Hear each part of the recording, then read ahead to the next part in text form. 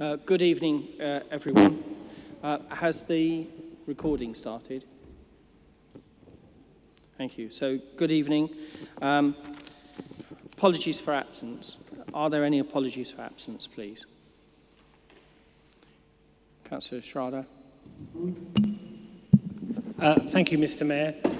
Apologies on behalf of Councillor Adeshile, Councillor Don and Carol Morris, and one other whose name's now escaping me. Oh, yes, of course, the Deputy Mayor, Councillor Mackenzie. Thank you. Are there any other declarations of interest? Councillor Ferguson. Thank you, Mr. Mayor. It's apologies for absence. Apologies received from Councillor Kirkman and Councillor Brown.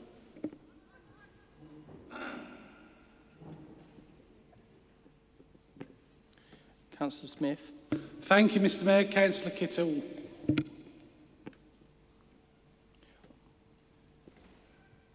Thank you. Are there any declarations of interest? Councillor Smith. Thank you, Mr. Mayor. In case it comes up in the debate, any references to Essex County Council, I am a member of that institution.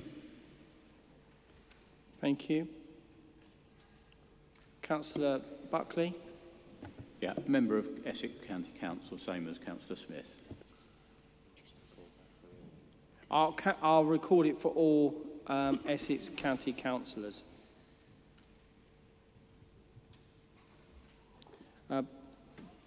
Before I go on to minutes, I will say if anyone wants to remove their jacket, they may do so.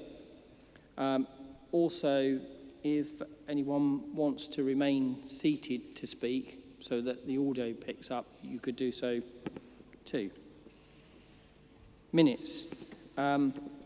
Could I have Council's approval for the minutes of the annual general meeting and the extraordinary council meeting held on the 27th of May 2021? Are they agreed? Agreed. No objections? Thank you. Announcements. I have no announcements. You see the list of the matters which myself and the Deputy Mayor have attended. That's for your noting.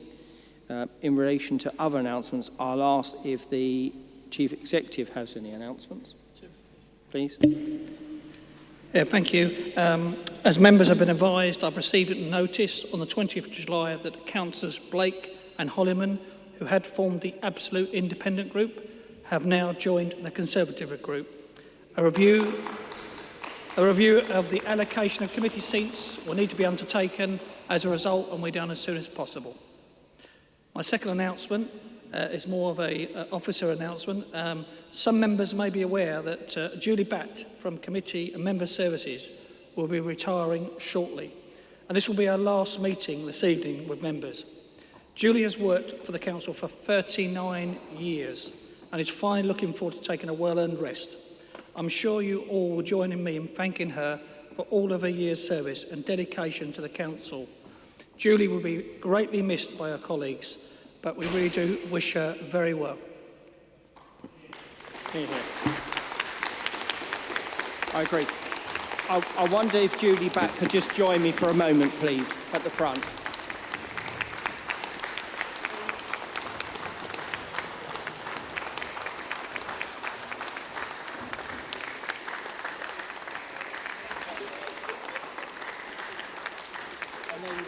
I know you don't want to get this attention, but thank you very much.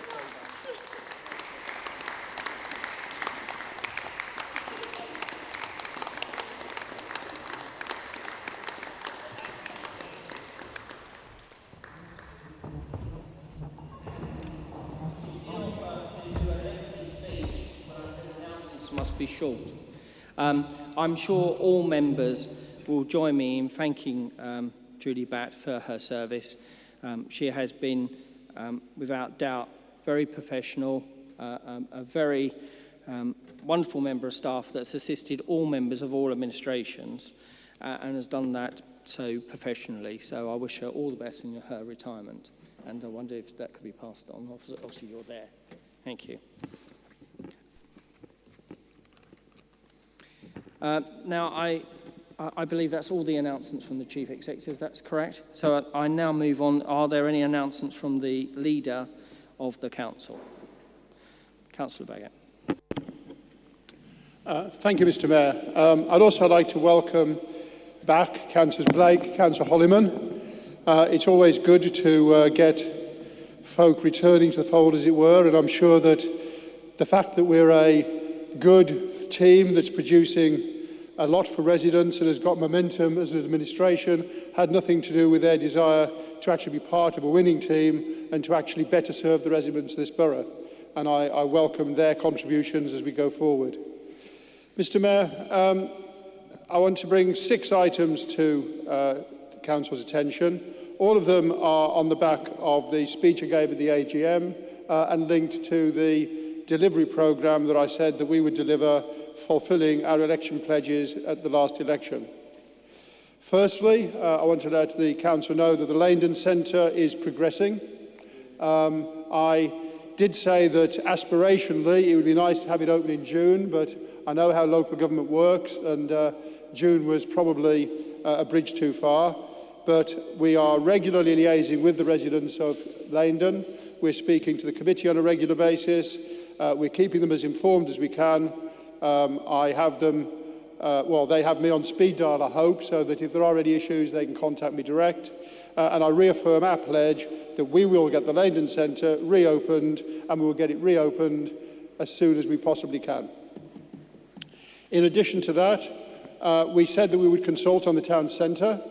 I'm pleased to let members know that having done that consultation, and I want to thank Liz Aylesbury and the other officers that have been part of this consultation, we received 4 times the response that the previous administration managed to get when they consulted on the town centre.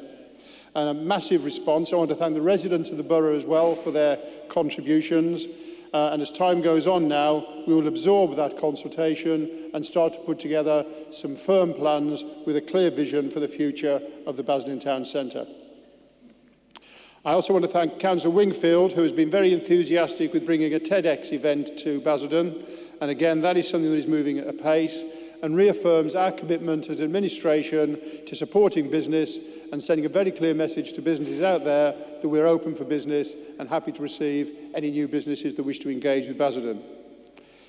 At my committee last week, we also confirmed our other pledge, and we now have extra police on the streets, which we said we would do, and I'm pleased to announce that hopefully we will be seeing those police on the streets at the earliest opportunity in a bid to send our message that the streets and the community should feel safe, and that's what I hope we will be able to achieve in that regard. We have also rescinded the Gibraltar Walk decision, which was our pledge for the residents of Wickford, and I thank Councillor Buckley, who's been a very keen advocate to ensure that that was done in a proper way, and to also ensure the Gibraltar Walk is preserved in perpetuity. Finally, a couple of weeks ago, myself and Councillor Headley and Councillor Sargent met with Onside concerning the provision of a youth zone and the provision of facilities for youth in this borough. It was sad, having had a very positive conversation, that reluctantly Onside withdrew, accepting that their business model, which is a business model predicated on being funded by the council, and our business model of having a youth facility that wasn't costing us a large amount of money, just didn't actually match. And with no source of revenue available, and contrary to the previous leaders' assertions that there were people beating down the door to actually provide funding, they said they would withdraw from the project, having received some individual support, some support from West Ham, and an amount of moral support. Unfortunately, moral support doesn't pay the bills, and moral support in this particular regard was not something that we as a council felt we could actually spend, so we have withdrawn from that particular project. But what I have done is, as I said, we would be engaging with residents, we would be engaging with all people in the plans and the policies that we have. I've had a meeting with the youth mayor, who has further had meetings with her youth council, and we've had an elongated conversation to talk to them, the actual youth of this borough, as to what they may or may not want for the borough. So I want to take members, if I can, with your indulgence, Mr. Mayor, on a little bit of a journey to actually share with you the conversations and the feelings of youth, and also to share how we're going to progress those conversations. The youth accepted, because they weren't aware of it, that the youth zone and the cost around it was something that maybe was a bridge too far. And what they said was that they would welcome the ability to have facilities elsewhere that they could actually access that provided some of the things that might have been found in the youth zone. They welcomed the idea and liked the idea that the youth zone was only going to cost around 50 pence for the facilities that they used. And they did raise the concerns that we had raised about transport and how they might get there. Putting all those together, and also alongside the fact that youth currently are, and we should be proud of our youth in Basildon, the youth of Basildon currently are doing a lot of voluntary work, and they've now been issued with passports where they get points for the amount of volunteering they do. Those passports give them a bronze award, a silver award, and a gold award based upon the amount of volunteering they do. We've always said that our ambition was for youth to get involved and engage with the community, and we know that they do, but it's always been on the peripheral of our vision as opposed to front and centre. And this is something that brings the youth's involvement with the community right to the centre. And what I'm looking to do, based upon the conversations with them, is to see how we can produce a card which actually allows them then to get discounts with facilities for youth around the borough, and potentially even to widen that discount to things like the cinema or retail, and make it something whereby they can be rewarded for actually giving to the community. Further to that, we then spoke about the fact that in my world, you know, I'm sure a lot of you remember the good old days when if you wanted to find something, you opened up the yellow pages, and we've moved from the yellow pages now to the internet, and then from the internet, we've moved to apps. And apps seems to be a very quick and easy way for people to actually access things like food deliveries, to access information, etc., etc., etc. Having had a very positive meeting with officers today, and I thank them for that positivity, our intention is to produce an app which the youth will be able to get involved with, which will show all the facilities around the borough that are available for youth. Something they will be able to access, something they will be able to book and make bookings for, something that will give them the ability to have or know about facilities that are close to where they are. The other things that they will be able to do with the app, we're hoping, is to expand that out, and I'm sure that a number of you can see that the possibilities are almost limitless with regard what we can do from an advertising point of view, for engaging with business. It's an opportunity for those organisations that offer facilities to promote those facilities. It's also an opportunity for parents to know where their children actually are going through access to an app. And by providing an app where the youth of this borough, who will also be involved in the designing and producing the app, so it will be designed for youth and by youth with the input of youth, will truly make this borough a youth zone into itself. Rather than having a £3.4 million building in one location with the issues surrounding it that we will have the whole borough via the app as a potential youth zone, where you can open it up at your doorstep, find out if you want to go kickboxing, where the kickboxing is, and how you can get there. I recognise the fact that there are issues with transport, and today I finished a conversation with First Buses, who again have been incredibly engaging and supportive of Basildon, and I want to thank First Buses publicly. They're also looking to how they could also use the app and potentially the discount card for volunteering to provide cheaper fares for the youth to travel on. So we've addressed the issues of travel for youth, we've addressed the issues of facilities for youth, we've addressed the issue of how they might find those facilities.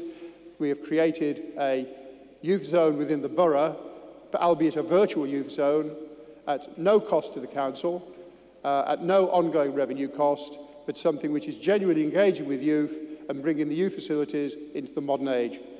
Thank you, Mr. Mayor.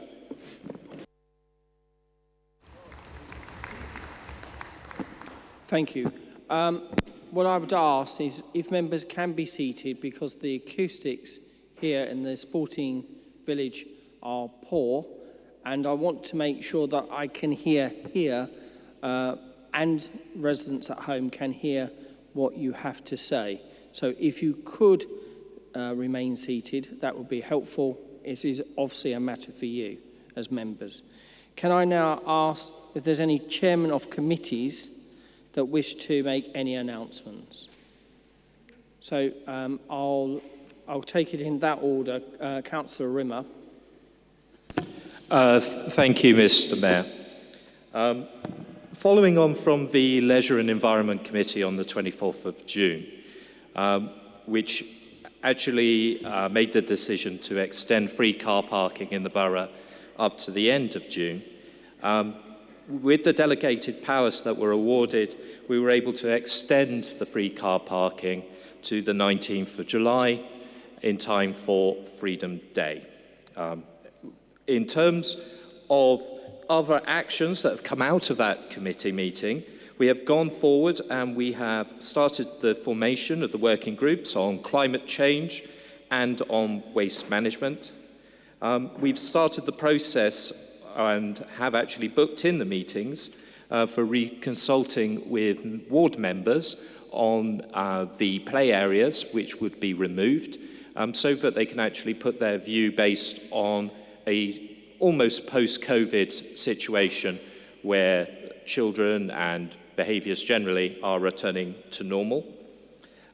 In terms of the additional money that was allocated to Wat Tyler, the £100,000 there, the additional £30,000 to make it £150,000 with Langdon Hills Recreational Ground, and the £35,000 for Bowers Giffords Westlake Park. We've already started the process of consulting there and have had site visits. With the £100,000 for the Pitsea Gateway, we have now actually booked in with interested ward councillors, county councillors, cross-authority, cross-agency for a walkabout from the market, in fact from the place, all the way to Pitsea Railway Station, and that is actually booked in for the 27th of this month. Last Saturday, I was honoured to go and watch in the sporting village here at the track participants in the council's 9-week free training programme of backside to trackside. These are ordinary residents who've gone from a state of inactivity to being able to walk, jog or run 5K, and all deserving of their medals, especially on a sweltering hot Saturday. Bless them. What we want to do going forward is actually repeat the exercise and have more of these on an annual basis. And we're looking to do that in the autumn, and all councillors are invited to join in with the programme. Beyond that, we are considering actually having, for the first time, a formal race in Basildon, which would involve road closures and actually having a fun run and a 5K run in there that people can compete in, working with local running clubs. And I can see the Mayor's eyes lighting up at that prospect of running in that race. Thank you very much. Thank you, Councillor Rimmer. I look forward to seeing you run the 5K. I would remind all the public that the park runs are back up and running this Saturday. I welcome anyone to join the activity this week, and certainly there are a number of runs throughout the borough that you can join, like the Billericay Striders 10K that happens every year, Councillor Rimmer. So I look forward to it. Now, are there any other councillors, chairman, that want to make an announcement? So I've got Councillor Sullivan. Could we keep them as pithy as possible, please? Councillor Sullivan first, then Canham, then Sargent, then Schrader. Yeah, thank you, Mr. Mayor. Well, in fact, as chairman of the Resources and Commercial Committee, we brought forward an alternative budget. Can you put your microphone closer to you, please, Councillor Sullivan? So, as chairman of the Resources and Commercial Committee, we brought forward an alternative budget on the 15th of June, flowing from which were various different policies and initiatives that have been brought forward by my colleagues on the various other committees. So, therefore, as I would repeat what has already been said by my two preceding colleagues, I will, and those to come, I will therefore withdraw any further statement. Thank you. Councillor Canham. Thank you, Mr. Mayor. Just a short update. I just wish to update the Council that since the last Audit and Risk Committee of the 30th of June, a cross-party selection of councillors have agreed to form the Audit and Risk Working Group, and we will be having our initial meeting on the 28th of July. The first meeting of the working group will be to explore the risks around the town centre regeneration, and the findings will be reported back to the Audit and Risk Committee throughout the year. Thank you. Thank you. Councillor Sargent. Thank you, Mr. Mayor.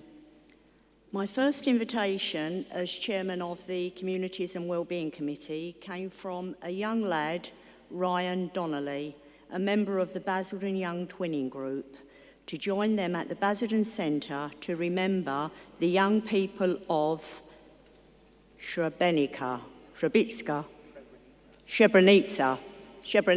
even, during the annual commemorative Memorial Events Week in early July. The lads spoke of their wish to highlight the lessons from Srebrenica so that no society is vulnerable to prejudice and intolerance of that suffered by many following the breakup of Yugoslavia.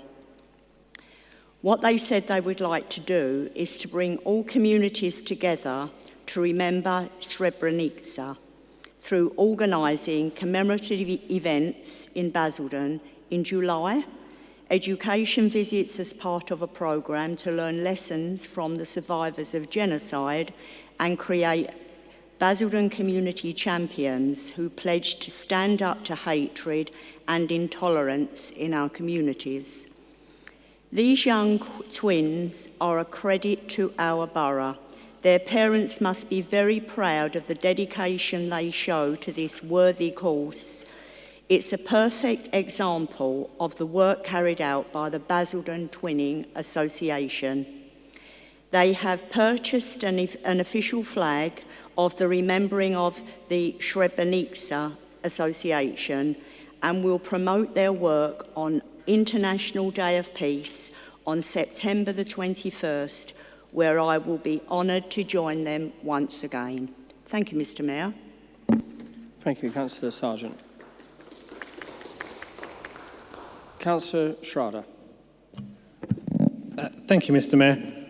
Hopefully members are aware that at the Housing and Estate Renewal Committee on the 22nd of June, the committee unanimously agreed to the administration's £40 million estate renewal programme. Officers are working up a scoping exercise, but I've already had fruitful conversations with members about their priorities. Councillor Adamayu has already been on at me about Brook House, and Councillor Adashili has invited me for a walkabout in Vange, and I had a chat just the other day with Councillor Chris Allen regarding the Langdon Hills estate, which of course I know quite well because I used to live there. I am very happy to meet with any member to discuss their areas. If I want to go over there and have a walk around with them, I'm very happy to do that. Everyone knows how to get hold of me. Obviously, we will be doing a full consultation with the public as well, but I do want to make sure that I am dealing directly with elected members to discuss the priorities for their wards. So very happy to undertake ward visits as necessary. Thank you, Mr. Mayor. Thank you. As there's no other announcements, then move to item 5, public question time. There's a period of 30 minutes for public questions. If any questions aren't reached during this time, they will be responded to in writing. I believe that there are a number of questions that have now been omitted. Question 7 and 8, they will receive written responses as the member of the public is not present. So therefore we have 6 questions. Could I ask the member of the public for the first question to come forward, please? Yvonne Child.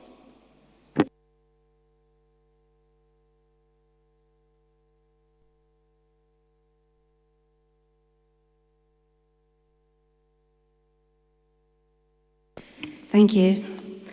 Okay, my first question is from an FOI response from Basildon Council that the agreement to sell Wick Green to Montpellier has not been signed, sealed by the council. Will you guarantee to stop the sale and protect Wick Green once and for all?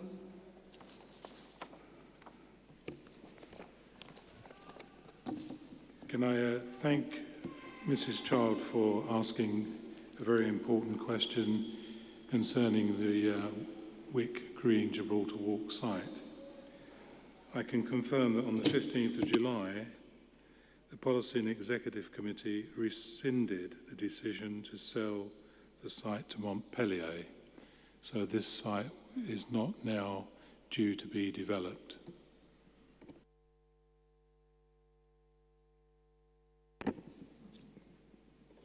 Councillor Headley, is that finished the answer?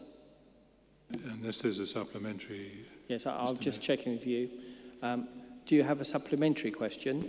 I do, yes. Could you ask that now, please? Okay, thank you.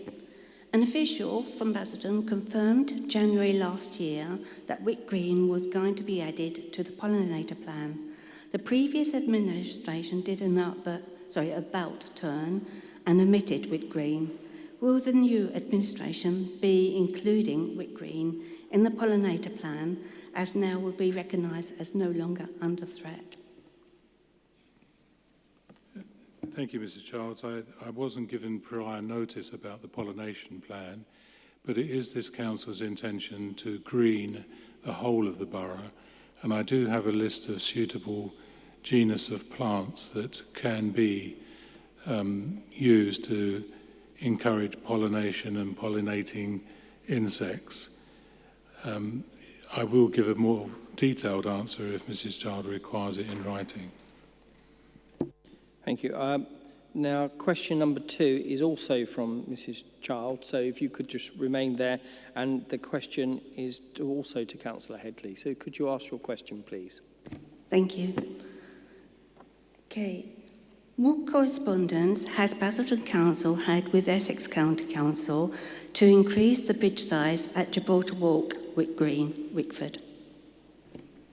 Thank you, Mrs. Charles. The Council had been in discussion with Essex County Council regarding potential improvements to the bridge, which at that time did include widening. Councillor Headley, sorry, could you lower your mic? I can't hear the reply, sorry. Right, I'll start again, if you like. The Council had been in discussion with Essex County Council regarding improvements to the bridge, which included widening. With the sale of Gibraltar Walk no longer taking place, there is no additional funding now available to support such work. Essex County Council will now continue with their routine works, and we are still in discussions to see if there is any way forward to improve the bridge. Ms. Charles, do you have a second supplementary or supplementary question? I do, thank you. Okay, will the council include community groups in tree planting or greening of the borough? I don't think that's strictly my committee, it would be the Environment Committee, but I'm happy to confirm that only today, in discussion with the Chief Executive and some of the regeneration team, we were looking to see if we could get a planting programme of additional trees on the Gibraltar Walk site, and I'm sure we will be happy to do that in consultation with local residents, and wherever else we intend to replant, we will consult with local residents so that they're able to contribute their wish list and the areas which they would like to see improved. Thank you, Councillor Headley. Ms. Charles, could you return back to your seat? Thank you. Now, I understand we have Ms. Presbellek that's going to ask a question. Could you come forward? Sorry.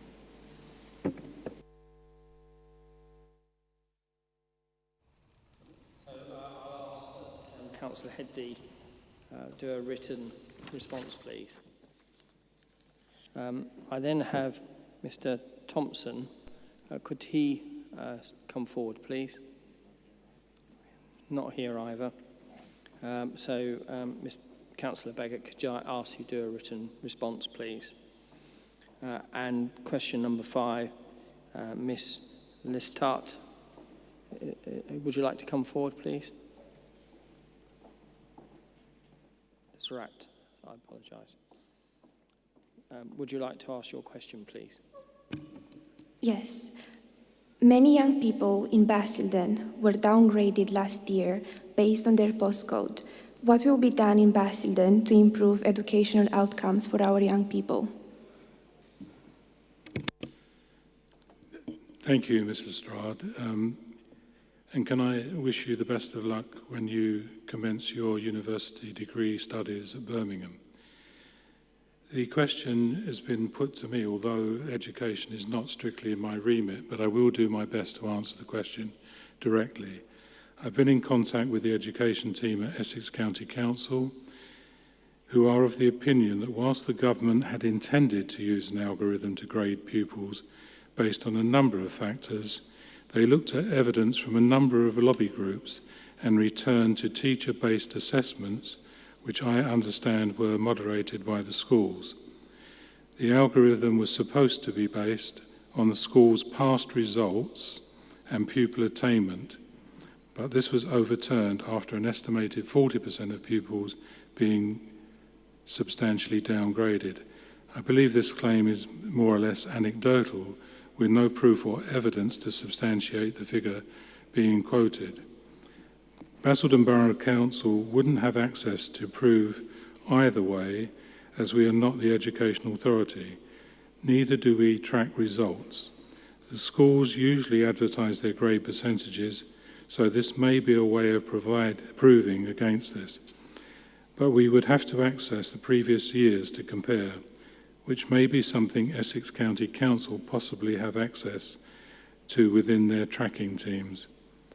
There are a number of issues being taken forward with the Council to improve the educational outcomes in the borough, and I have a very long and detailed list of those engagements we have with other partners in education.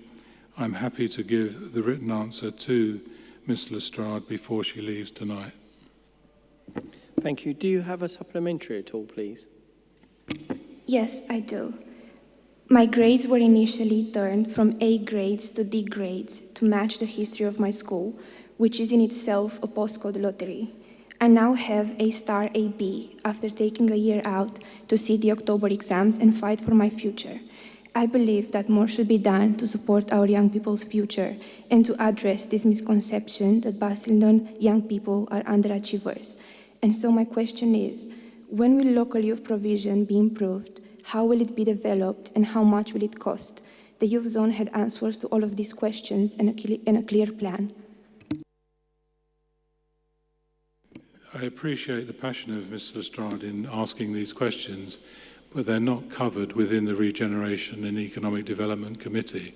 I'm happy to take those to the Education Cabinet Member at Essex County Council, who I'm sure will provide a detailed written answer to that supplementary question. Yes, and there was a question there, or supplementary, that wasn't relevant to the first question regarding the youth zone, but I'll ask Councillor Sargent if she could do a written response to that after today. Now, I understand your question 6. Would you like to ask that of Andrew Baggett, please? How are you planning to deal with the increasing crime rates and keeping young people off the streets? Again, I thank Ms. Lestrade for the question. Just to address the question in its entirety, first of all, before I go into each supplementary part, there is an inference that there's some linkage between crime rates and the young people being on the streets, and I'm sure that wasn't inferred, because as far as I see it, there isn't a connection between crime rates out and about in the borough and young people being out on the streets. But I will address the two items separately now. First of all, the reason for setting up the Public Order and Enforcement Committee was to exactly do that, to address concerns that we felt were quite right across the borough of residents about public safety, about community safety, and to actually raise our heads above the parapet and put ourselves in a position where we can start to do something rather than actually just wring our hands saying we wish we could do something. Now, in that respect already, as I said in the announcements, we've put more police on the streets. That's an additional 3 police officers to the borough, which brought with it an additional 3 police officers supplied by Essex Police, which enables us to have a geographical policing team to be deployed. We've also extended the park warden contract for a further 2 months, and having recognised that there is good work that's been done by the park wardens, we're now looking to explore how that could be taken and developed to actually take that work into the streets, as well as just the parks, as an answer for antisocial behaviour, but more importantly, what seems to be an endemic plague of drug dealers on every corner around the borough. The reinstatement of the Safer Basildon Hub will also enable further opportunities for real-time information sharing. Partners located within the Safer Basildon Hub include Basildon Council Community Safety and Antisocial Behaviour Teams, Essex Police Community Policing Team, the Probation Service and the South Essex Domestic Abuse Hub. The Council has invested in the appointment of a CCTV manager who works with Essex Police to improve the CCTV system. And Safer Basildon Partnership has approved Serious Violence Action Plan based upon the Public Health 4P approach of prepare, prevent, protect and pursue, which is aimed at reducing the level of serious violence in the borough. As for the youth being on the streets, it's not really the Council's responsibility to keep young people off the street, but by making sure that there are facilities that they can access and they know where those facilities are, and giving them hopefully places to go that should, we would hope, actually achieve the intention of giving them somewhere to go rather than having to hang around on the streets. Do you have a supplementary question? Yes, you said that you want the young people to have places to go. And we've heard tonight that there will be a virtual youth zone. But during this pandemic, so many young people have already missed out on so much for not having access to a computer or internet. What affordable and inclusive youth provision will there be, and where will young people be able to go and stay active after school? They will have had access to everything a youth zone provides for only 50p a day for an unlimited amount of time. In comparison, at Sporting Village, for example, an hour of badminton for young people over 16 costs £10, and for a table of tennis is £6, and volleyball is £41 and 20p.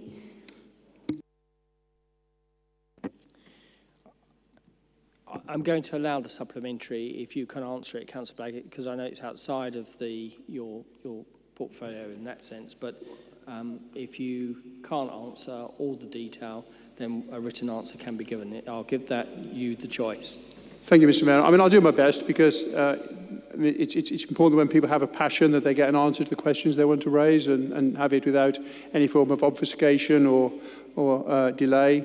The whole point about exploring the youth zone, without going into, again, ad nauseum, the reason why this administration felt that the idea of a £3.4 million building with the on-costs of nearly £500,000 revenue annually was not the way to go, is to actually engage with the youth and talk to the youth themselves about the sort of things they might want and be able to develop something for them.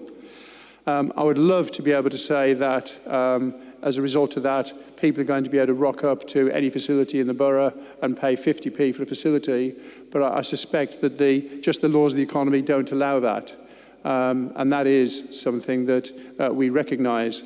But the idea that youth don't have necessarily access or won't have access to the internet also needs to be recognised as well. I'm very much aware of the charities that are currently rolling out laptops and PCs to schools to allow for digital exclusion. And one of the things we would look to address when we actually develop any youth provision for a virtual youth facility across the borough is to actually speak to youth about how we solve that. And this administration is really not about having problems put in front of us and saying, this is too difficult, but actually having problems put in front of us and saying, how can we resolve this so that all sides get the best deal possible? And that's what I commit to, and that's what we will continue to work towards, not just for youth, but for all residents, no matter what their age, no matter what their creed, across the borough. Thank you. As I had indicated earlier on, that questions 7 and 8 will receive written answers. Please could you return to your seat? Thank you. So I now move on to item 6, members' question time. And again, there's a period of 30 minutes for members' questions. Can I turn, please, to question number 1? And I believe that that's going to be answered by... So we're going to, yeah. So as the Deputy Mayor is not present, he'll receive a written response. Question 2, Councillor Buckley, could you ask that, please? Yeah, thank you, Mr. Mayor. Could the Chairman... Councillor Buckley, I'm sorry, you're going to have to move your mic much closer. Sorry, Chairman, as you know, I have hearing difficulties as well. And this hall isn't conducive to that, but apologies. Question is to the Chairman of Resources. Could the Chairman confirm to me where in the budget agreed by the previous administration is the £10 million pledged for investment in Wickford by former Councillor Callaghan? Councillor Sullivan. Thank you, Mr. Mayor. The budget for £10 million investment in Wickford, pledged by the last administration, is included within the Council's capital programme.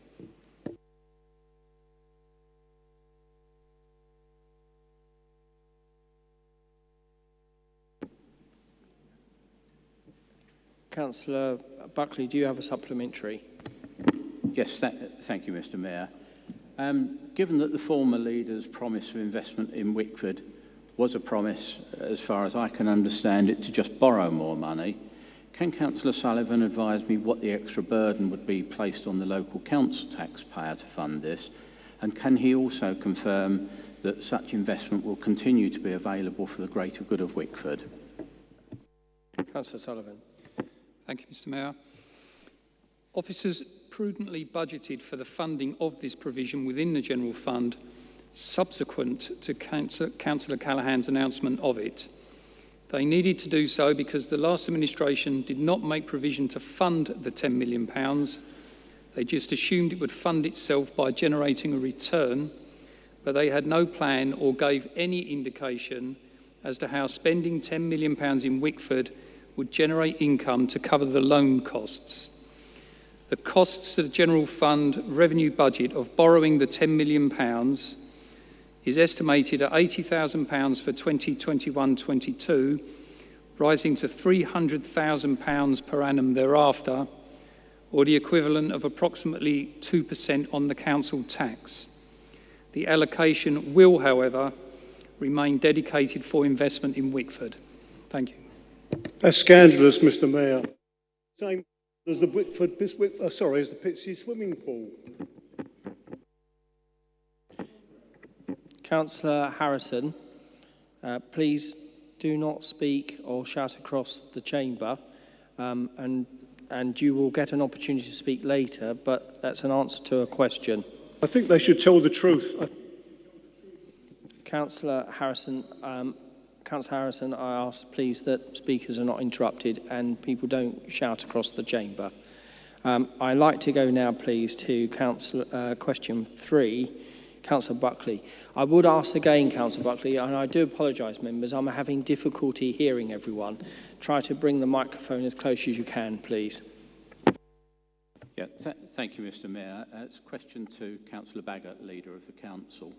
Can the Leader give any reassurance that the outgoing administration has handed over an organisation both fit for purpose and in a sound financial state with beneficial plans in place to ensure a great future for the borough, in contrast to the catastrophic financial and administration situations inherited by previous Conservative administrations, which have had adverse impacts on staff and residents alike? Councillor Baggett, please. Thank you, Mr Mayor, and thank you, Councillor Buckley, for your question. It's a bit of a sword of Damocles question there in a way, because, of course, you would expect professional officers to always ensure that any budget that's produced is a balanced budget and that the monitoring officer has got his finger on the pulse. So we would expect there to be a sound financial state from an officer point of view and from the work that officers have done. But I am unable to give that assurance. I would like to praise officers for their diligence. When faced with a spendthrift administration that promised much but didn't have the resources to deliver, they have managed to deliver a balanced budget and managed to keep the council on a very even keel. Unfortunately, I think that we would have found, had things continued under their administration, very quickly this council would have been on the financial rocks. Already, Councillor Sullivan and Councillor Callum... Point of order, Mr Mayor. Already, Councillor Sullivan and Councillor Canham, point of order, Mr Mayor. Hard, have already... Councillor Baggett, could I just ask you to hold for one moment?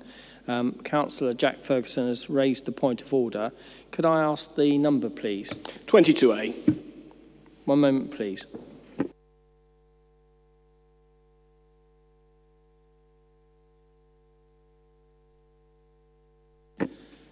That is declined. Carry on, please, Councillor. Mr Mayor, can I explain why that should not be declined? You may permit the Leader of the Council to continue in his answer, but you should at least give me... No, I've ruled. You've put 22A, and I'm listening to the response. I've ruled that there is no... There has been a slur against members that have the right to... No, Councillor Baggett, please continue. I've ruled on that matter. Thank you, Mr Mayor. Councillor Sullivan and Councillor Callaghan, working hard, have already, between them, uncovered an additional £100,000, which is hidden cost of the youth zone that was being proposed. We've already found that the monies promised that were going to be incoming weren't there. In fact, were very much imaginary. That a lot of the vision that was being put forward by the previous administration was, to an extent, catastrophic. Point of order, Mr Mayor. The Chairman of Audit and Risk, who has looked at the red risk register. Councillor Baggett, I do apologise. I'm going to ask you to stop for one moment. Councillor Jack Ferguson has raised another point of order. What is the number, please? The financial affairs of this council have been signed off by the 151 officer, so the slurs made by the Leader of the Council... Councillor Jack Ferguson, I've asked you the number. You raised a point under Members' Conduct 22A, and that is members shall indicate they wish to speak clearly, indicating to the Mayor by showing the hands. If you get the right point of order, then I might be able to deal with it. So go and look at the Constitution and the point of order that you wish to raise, and I will consider it at that time. But for the time being, I will refuse the point of order 22C, Mr. Mayor. And go back now to Councillor Baggett. I will not have any further interruptions to Councillor Baggett. Please, could you continue? I will not. Thank you, Mr. You've had 2 points of order. My overriding duty is to do the business of the council. You've had 2 opportunities. I've heard you twice. I've declined both.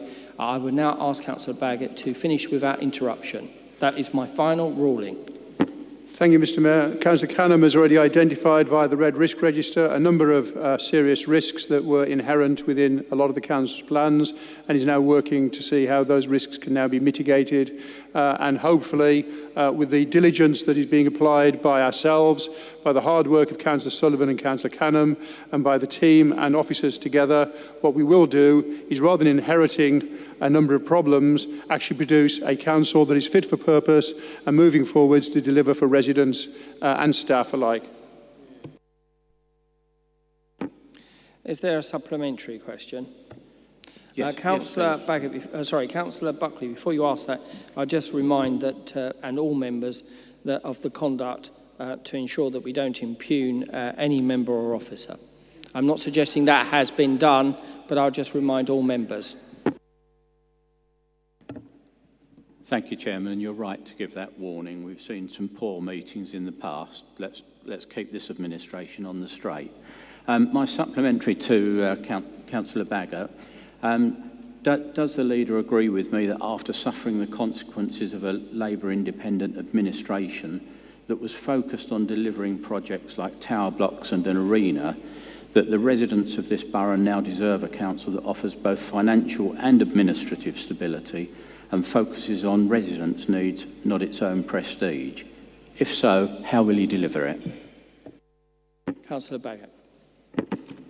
Thank you. It's a bit like turkeys voting for Christmas. Yes, I absolutely believe that we have to have a council and an administration which listens to the needs of residents, is in tune with the residents, puts the residents at the heart of what we do, and has a energy that takes us forwards in delivering what is best for the residents of this borough. And I'm absolutely confident with the team that we have that we will do so, and the evidence of that is contained within the item that is coming to council tonight under the corporate plan. The corporate plan is the backbone which gives us the direction of travel. Chairmen are all on the ball with regard to how they will link the corporate plan to delivering for breaking these teeth in for a horse, delivering for residents, while also ensuring that we deliver and fulfil our election pledges. I then move to question 4, Councillor David Harrison. Thank you, Mr. Mayor. The question is to Councillor Richard Moore. To meet the OAN of the local plan, what is the maximum number of housing units your administration would accept in the Basildon town centre? A simple figure will do. Before I ask Councillor Moore to answer that, did you hear that okay? You did. I say thank you. I just want to make sure your question is heard. So, Councillor Dr. Richard Moore, please. Mr. Mayor, I thank Councillor Harrison for his question. Councillor Harrison's previous Labour-led alliance had provided the local planning inspector with the OAN that included the potential to deliver a number of new homes in Basildon town centre. This administration has not changed that. Councillor Harrison, do you have a supplementary question? Yes, thank you. Thank you, Mr. Mayor. That was an interesting answer, I must say. Well, my second supplementary, we are of the opinion that any development in the local plan should be infrastructure-led. However, the OAN seems to dictate numbers of homes as the main criteria. So if that is the case, where in the borough is Councillor Moore and his administration suggesting the 4,000 plus shortfall of homes in the local plan will go? Billericay, Wickford, Langdon or Pitsea? Councillor Dr. Richard Moore. Mr. Mayor, it is ironic that Councillor Harrison should raise this as a question at full council. I'm sure you will recall that when I raised a question at the December 10th, 2020 council meeting, Councillor Harrison castigated me that I could have asked the question by email rather than raising it at full council. Mr. Mayor, you may recall that I was not allowed a supplementary question because Councillor Harrison's administration controlled the mute button. Well, Councillor Harrison, why didn't you follow your own advice and email me for an answer to your question? Councillor Moore, Councillor Moore, would you be kind enough just to get straight to the answer if you wish to answer? The Speaker would say in the House of Commons, please answer. Please, can I have order? I don't want anyone interrupting any other member. I'm chairing. I have asked Councillor Dr. Richard Moore to answer the question more directly and succinctly if he wishes to.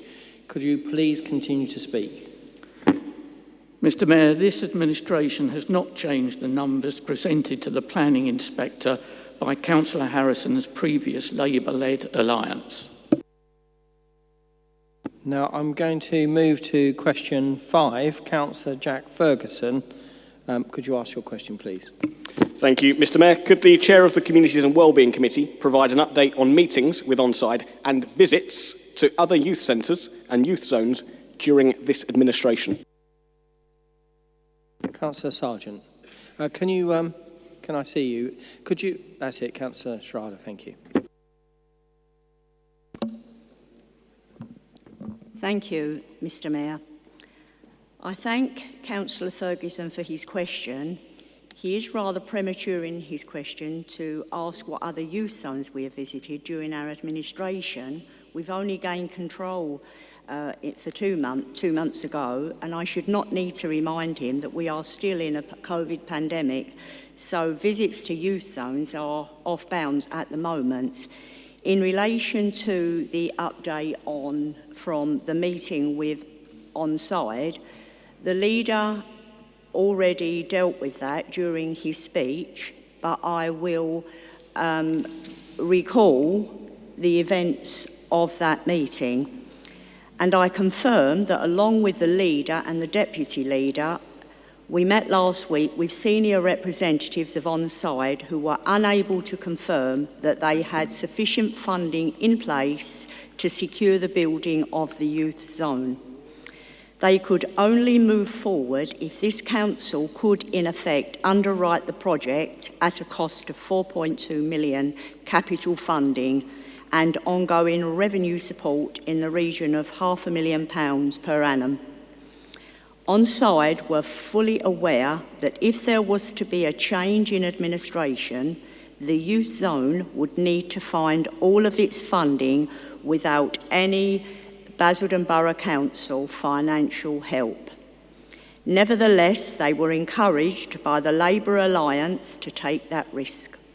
This administration has made it clear that Onside would be welcome if they could provide a youth zone, and we would support them providing they were financially independent of Basildon Borough Council. Thank you, Mr Mayor. Councillor Ferguson, do you have a supplementary? Thank you, Mr Mayor. I do have a supplementary, and I wasn't being presumptuous. I just think this administration should make decisions based on evidence, and visiting a youth zone provides evidence before you decide to rule something out. I believe our young people in this borough deserve the best youth centre and the best youth provision possible. Why doesn't this administration? Sorry, Mr Mayor, I too have a hearing problem. Would you allow Councillor Ferguson to ask that last bit of the question? Yes, I didn't quite catch it. well, in fact, I was having trouble hearing. The first time I heard you well, the second time not so well. Could you just ask your supplementary question? I just remind you, it shouldn't be a statement, it should be a question, please. Thank you, Mr Mayor. It wasn't a statement, it was just leading into the question that we should make policy decisions within this council based on evidence, and visits to youth zones allow us to gather evidence to then make a decision on what we want to do. I believe our young people deserve the best youth services within this borough and deserve a youth zone that enables them to provide opportunity.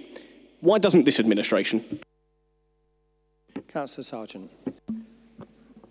I didn't quite get that question, Mr Mayor, but I will answer regardless.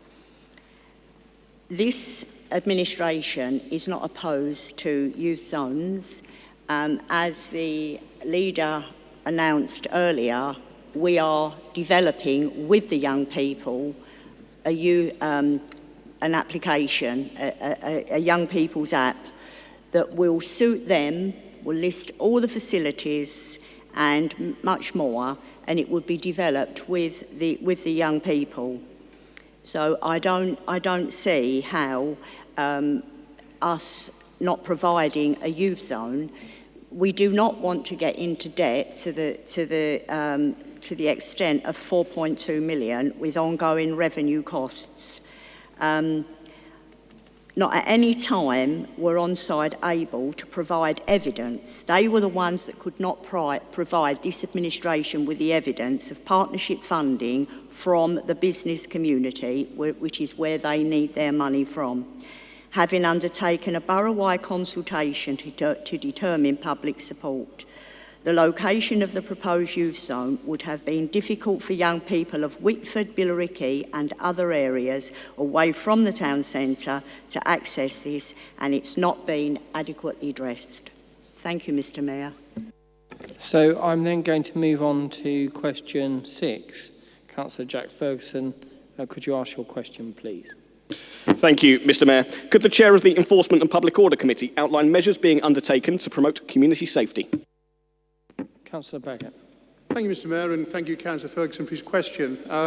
Last year, his administration didn't listen to the public, and with irony, clearly he's not listening either now, because that question was asked by a member of the public and an answer given. But clearly, he is deaf only to the sound of his own voice and those of the people around him. No, Councillor Baggott, I do apologise to interrupt you, but I'd ask you to answer the question. We mustn't impugn any other member.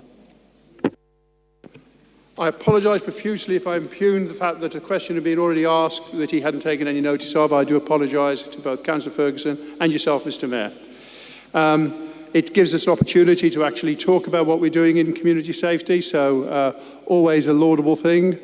As already stated, we have now put and agreed funding for 3 additional police. Those 3 additional police bring an extra 3 police into the borough, which is good news by any stretch of the imagination. We have looked to the park wardens to extend the hours for the park wardens, sorry, not the hours, just the contract by two months. We are looking to work with the firm that's providing that particular service to see how that could be rolled out to a service within the streets. We are, by definition of having an enforcement and public order committee, raising the bar for the sort of discussions and the sort of response that we expect from the police and from those in law enforcement. And that is what we are doing currently to promote community safety, Mr Chairman. Thank you. Councillor Ferguson, you have an opportunity to ask a second supplementary. Before you do that, if you are going to take that opportunity, you're entitled to have a preamble, of course, a short one, but could you get straight to the question, please? Thank you, Mr Mayor, and thank you, Councillor Baggott, for your answer there. Why will you not commit to a long-term extension of our park wardens and the reinstatement of Together for Safer Communities? Thank you, Councillor Ferguson, for giving me an easy question to answer. At the committee, it was proposed that rather than extend by 2 months a £35,000 a month contract, where we still needed to see how the £35,000 a month translated to actual value in reduction in antisocial behaviour and the areas that the park wardens were concerned with, we were asked to agree a further 12-month contract without any evidence, without any form of funding, without any form of budgetary constraints, on the hope that having had them in for a further 12 months, we might see some sort of effect. And that's not how this administration works. Only a couple of minutes ago, Councillor Ferguson was trying to lecture Councillor Surgeons on getting due diligence and going out and checking data and making sure that you got your facts right. And now, less than a second later in a new question, he's expecting us to fund £35,000 a month for something that we don't have the data on and which was therefore something that wasn't necessarily valued to the public purse. That brings the end of a member's question. Item 7, petitions. I have been advised, I've not been advised of any petitions being submitted by members. Item 8, action taken on previous agreed motions. That's set out at page 25 of the agenda, report detailing the agenda summaries, actions taken and the responses to the resolutions arising from motions at full council. On the 18th of March 2021. These are set out in the Council's Constitution. This report is received without debate. Item 9.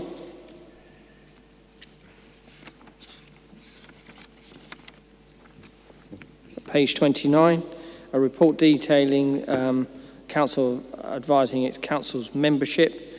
Can I ask who is to speak to that? I'm being advised it's for noting, and therefore I propose that it is received without debate.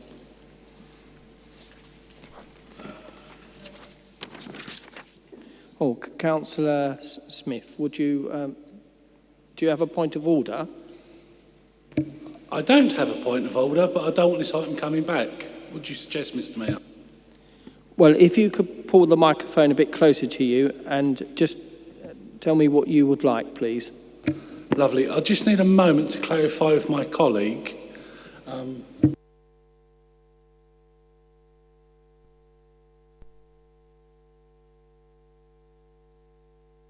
Sorry, Mr Chairman, just thought I'd clarify that first. Thank you for your giving us a moment.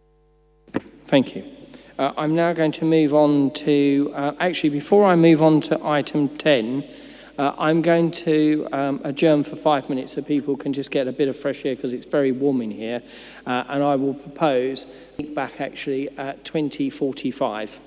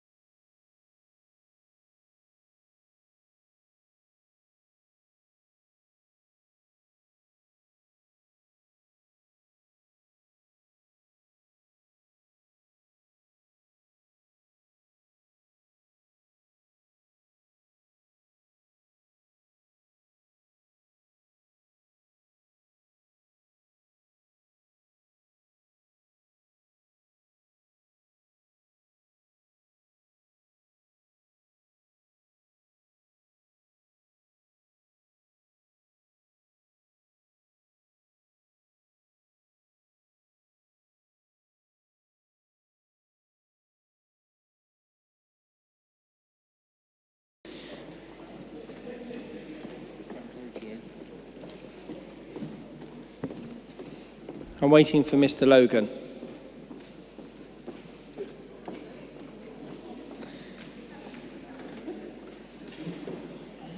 George.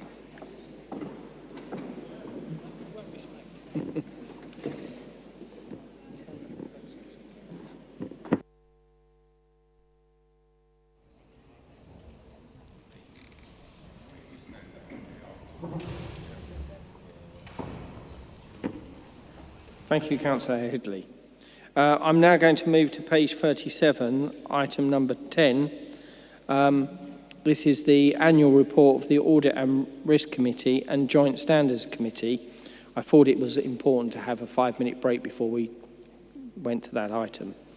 So could I ask, I believe that is going to be Councillor Canham and Councillor Jeffrey, I think that's right, isn't it? So could I hear from whichever councillor first, please? Councillor Jeffrey. Thank you, Mr. Mayor. Before you is a report from the Joint Standards Committee setting out the work over the last 2 years. But firstly, I would like to thank those who have served on the committee. And furthermore, I would also like to thank the other members who have served on it, such as the local council representatives and the 4 independent persons, as well as officers of the council, on behalf of Basildon Borough Council. This report sets out an overview of the complaints that have been received alleging a breach of Members' Code of Conduct by either borough or parish councillors, as well as a wide range of other issues considered by the committee. A particular item that is noteworthy is the committee's work in considering and responding to the recommendations of the report from the Committee on Standards in Public Life, Review into Local Government Ethical Standards. This saw the committee considering and recommending to the council revisions and updates to the Members' Code of Conduct, the complaint procedure, and all other protocols and procedures relating to our standards arrangements. In response to the report from the Committee on Standards in Public Life, the Local Government Association has published a new model code of conduct, and recently the accompanying guidance that has been received, and this matter will be considered by the Joint Standards Committee at its next meeting. Finally, the committee reviewed and put in place the necessary arrangements associated with the future appointments of independent persons and the 2 new recently appointed independent persons who have settled in well to their new role. In conclusion, the annual report of the Joint Standards Committee sets out assurances to the Council that the committee is operating effectively. And finally, also I'd like to wish Julie Batt a very happy retirement. Thank you, Councillor. Can I ask all councillors to try to speak as closely as they can to the microphones? Councillor Canham, would you like to speak to this report? Thank you, Mr. Mayor.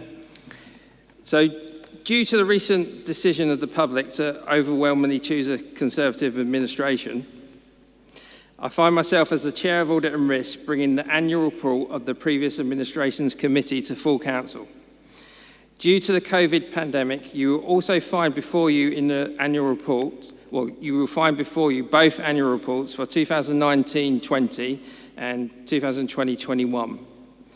The Audit and Risk Committee is key to providing assurance to members and also the public. The committee tests that the controls are in place to mitigate key risks and that the authority is operating effectively within its governance structure. Set out in the 2 reports within the agenda, you would have read how the committee achieved assurance through effective challenge across a range of issues. However, there are 2 areas I would like to specifically draw the Chamber's attention to. The first is counter-fraud and corruption. The internal audit and counter-fraud teams have performed outstanding work across the 2 reported years. 12 properties that were being sublet by council tenants were recovered and put back into use for applicants of the Housing Register. This realised a cashable saving of £272,000 for the council. Also, another important point was that upon the investigation, 15 right-to-buy applications were found to be fraudulent. This kept 15 homes in council stock available again for housing applicants. Replacing these homes at market value would have cost the council millions. Mr. Mayor, I'd like to place on record my thanks for the internal audit and counter-fraud teams for their work and diligence in protecting Basildon Borough Council's assets so they can be employed for the benefit of its residents. The last item that I would like to mention is a risk titled Failure to Maintain a Sustainable Financial Position, which you will see mentioned on page 49 of your report. I think it is important to update the Chamber that due to the level of government support received so far by Basildon Borough Council, it is no longer considered likely that the Council cannot achieve a sustainable financial position. With that, I will offer up the report for debate. Thank you, Councillor. I understand that Councillor George and Councillor Davies wish to speak. So, Councillor McGeorge, please. Thank you very much, Mr. Mayor. First off, I'd like to thank officers for all their hard work during my time as chair. What the committee achieved was especially impressive. It was all completed during the pandemic. If you read the report, you can see just how much work was actually completed during those 2 years. And I'd like to thank all officers, all members, independent persons, old and new, and everyone who has attended the committee for that time. I'd like to think the committee will proceed with these well-doings in the future, and I hope that everyone can see what was achieved. Thank you. Councillor Davies. Thank you, Mayor. I speak as a previous chair of the Audit and Risk Committee, and the reports are in my name. Audit and Risk is, to me, one of the most important committees and provides a vital role to give independent assurance to the Council in our corporate governance, risk management and scrutiny of our financial reporting processes. It's absolutely vital function of the Council to any large organisation, and is also vital to this Council. This year to 18 months have been particularly difficult for all of our communities due to the outbreak of COVID-19 and lockdown. And as a council, in order to keep our important services going, we have had to learn to do what we do differently. And with the Audit and Risk Committee, we had to adapt to new technology and take on the challenge of webcasting through Zoom and Teams meetings. And for this, I have to say a big thank you and well done to all members of the committee since 2019. And that's Councillor Henry, Councillor Mackenzie, Councillor Jeffrey, Councillor Kettle and Councillor MacDonald. Thank you one and all. It was never a politically led committee, and across the parties we worked well together and focused entirely on our duties as audit members to provide challenge, monitor risks and seek assurances.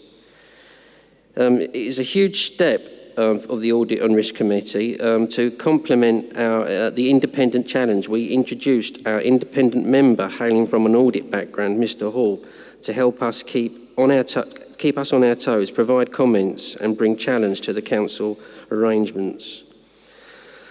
Over the last 2 years, the frequency of the meetings have grown from 4 a year to 8 a year, and additionally we had working groups in between formal meetings to drill down and focus on red risk areas. A massively important part of the role of audit is the statement of accounts and treasury management to challenge and also to ensure due process has been followed, which is obviously not a very easy document to digest, but thanks to the patient guidance provided by our very able finance manager, Tony Foucher, we were able to have a greater understanding of the document, so much so that I almost found it interesting. It's thanks to the finance and audit team that we have received excellent feedback from our external auditors, BDO, and for both the previous years, BDO issued unqualified opinions for our accounts, and that means it's good. And we were also proud to say that Basildon is one of the few authorities to get their opinions issued swiftly and promptly before the deadline. Again, for non-audit nerds, that's a really good thing. And I want to give special thanks to Paula Mills, Mike Porter, Sarah Langridge and Anne Page for their support throughout this particular difficult period. I believe they went above and beyond to provide a seamless transition from actual meeting to virtual meetings for us councillors, and their professionalism and expertise shone through. For me, it's been an honour and privilege to be the first Labour councillor to be Chair of Audit and Risk, and I wish Councillor Canham and the current audit members every success. Thank you, Mayor. I have Councillor Smith to speak. Can I ask if there are any other speakers? Councillor Buckley. Any others? Okay. I intend just to call those two speakers and then go to the recommendation. So Councillor Smith first and then Councillor Buckley. Thank you, Mr Mayor. Well, it comes as no surprise if members refer to page 43 that I decided to speak on this item. And when members look through the risk management picked out by the Audit and Risk Working Group, they raise as one of the points a lack of social housing preventing the meeting of statutory duties. I'm glad it's on there. We left an exciting plan to increase the number of social housing by 600. This new administration, chaired by Councillor Schrader, put forward to the Housing and Estate Committee a plan to put another 200 houses into the mix. And I would say, whatever your politics are in this council, we can't stop build council homes. It's very important to help everybody in our community and those who work either at the hospital or stacking the shelves at our local supermarket.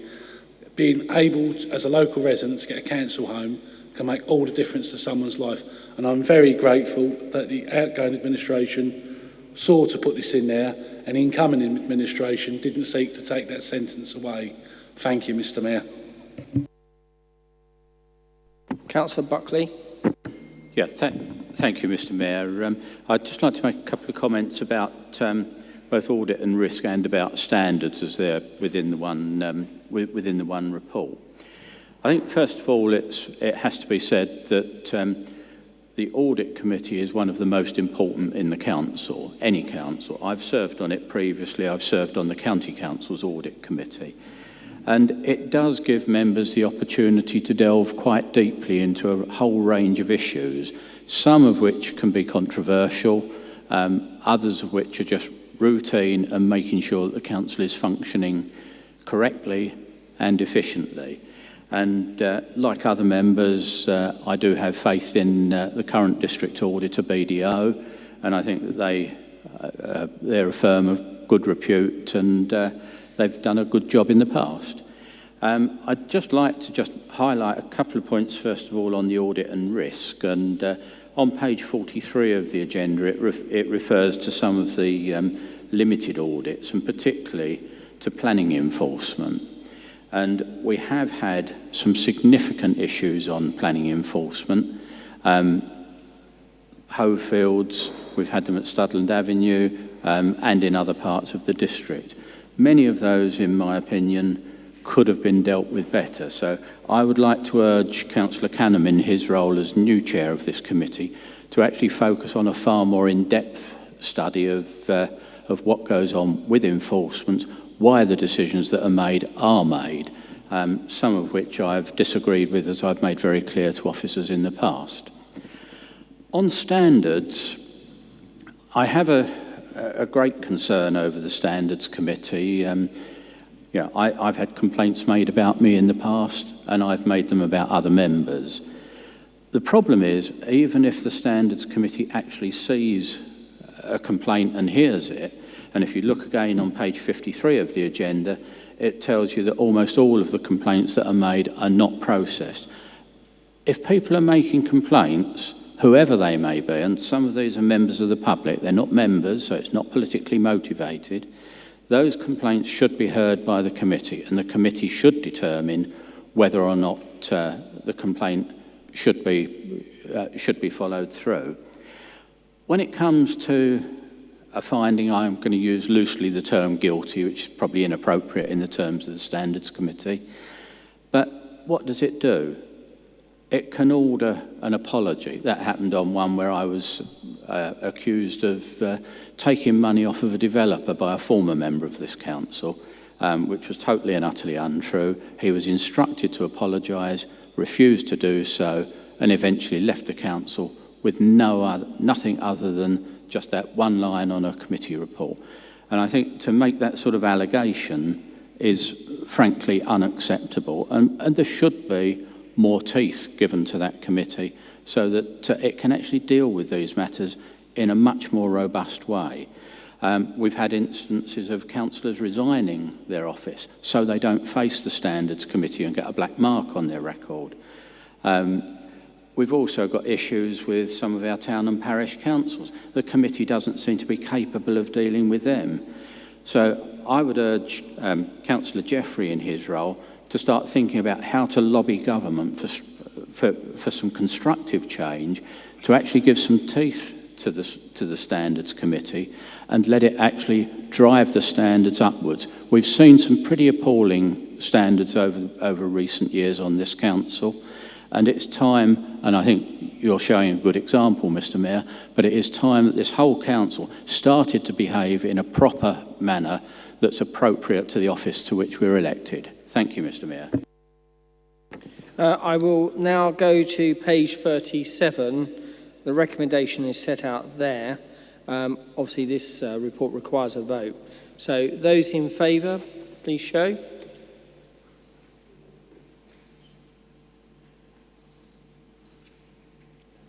Unanimous.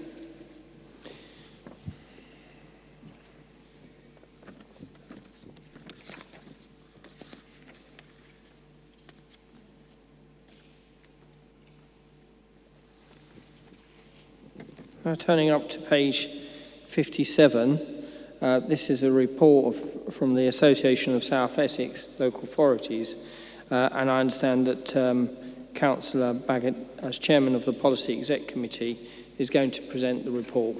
No more than 10 minutes. Thank you, Mr. Mayor. When I first went to my first Acela meeting, which was when we were in administration just over 2.5 years ago, I was impressed with the laudable ambitions that Acela had at the time, which was to drive collectively the economy of South Essex, to actually look to how the respective boroughs and regions of Essex could benefit from increased infrastructure money from the government, and to achieve a coordinated approach to the challenges facing us with issues like the respective local plans. Very laudable, but the one thing that concerned me at the time, and I flapped my gums about it throughout, was the fact that there was a lack of governance, the fact that by meeting in a room without any minutes, without any form of transparency, it sent the wrong message to the people. People knew Acela existed, but couldn't find out what was being discussed. They couldn't find out the issues that were important to them, and we've all seen as a result of the local plan how important infrastructure concerns are to people out in the borough. And now what we have here is a report where Acela is moving to have that sort of transparency. Councillor Harrison mentioned earlier about infrastructure in his question to Councillor Moore, and that's fundamentally important, and without a doubt it is high on our list of being at the forefront of anything from the local plan. But you'd have to be, you'd have to be a moron, to be honest, not to recognise that some of the infrastructure requirements in this borough go well beyond the ability of a council or a Section 106 agreement to solve. We really do need, especially when we're looking at issues like the 127, big money coming in from government. And government have been very, very clear that they're not interested in having a discussion unless there is an organisation which is showing collectively that it's working together and has the level of transparency that's required, which is the joint committee that's being proposed. Already what we're seeing is within the Acela framework, as Acela develops, there are key business groups that are now looking to Acela for what they want and the issues they want, rather than some of the other organisations they've traditionally gone to. You can see on page 59 the anchor programmes for next year, which Acela will be working on to develop. And already, you'll recall coming to council last year, I think it was, the amount of money that Acela had secured from government on addressing digital infrastructure. And that is something that we know, having spoken to businesses and beyond, how important that is to get done and to get done right. When this was being discussed, there were very key red lines that I said that from a point of view of Basildon we would have to be assured of. And those red lines are that any joint committee, that there was no power of veto, that there wasn't an ability for other organisations to impose any decision on us that we didn't like, there would be no lack of sovereignty, and that throughout we would have a voice, and that voice would be a collective voice within the Association of South Essex Leaders. I'm happy that this is actually coming forward. And in fact, the other thing that I would point out to members on page 61, the final bullet point. Now, I've been castigated in the past for my fixation with ensuring that as an administration we had a scrutiny committee. Well, thank goodness for that, because the scrutiny of a seller will be taking place through each partner council's existing processes. And were we not to have a scrutiny committee, I think we would be forced to go down the route of it maybe coming to policy executive and not giving it the real due diligence that I think this sort of thing needs, and the level of transparency that I think that the public out there demand really from elected officials when they're making big decisions of this order. It won't be a talking shop. I know from experience that while a lot of talking goes on, there is a real foundation of hard-working officers and hard-working members who are driving forward this agenda, not only to be making a case to government, but also looking at other areas that affect business, that affect people, that affect all of us, in ensuring that we can have some sort of joined-up approach and collectively start to deliver for the residents of Basildon. They do have a website, and I would encourage members to maybe look at the website at some point. And as we move forward, the meetings will be in public, they will be open to the public, and they'll be open to the press. So I actually think this is a massive step forward in the development of a seller and the opportunities for us going forwards to really start to get a grip of issues like infrastructure and the 5 key anchor points that are being discussed on page 59. I commend the report to members for debate.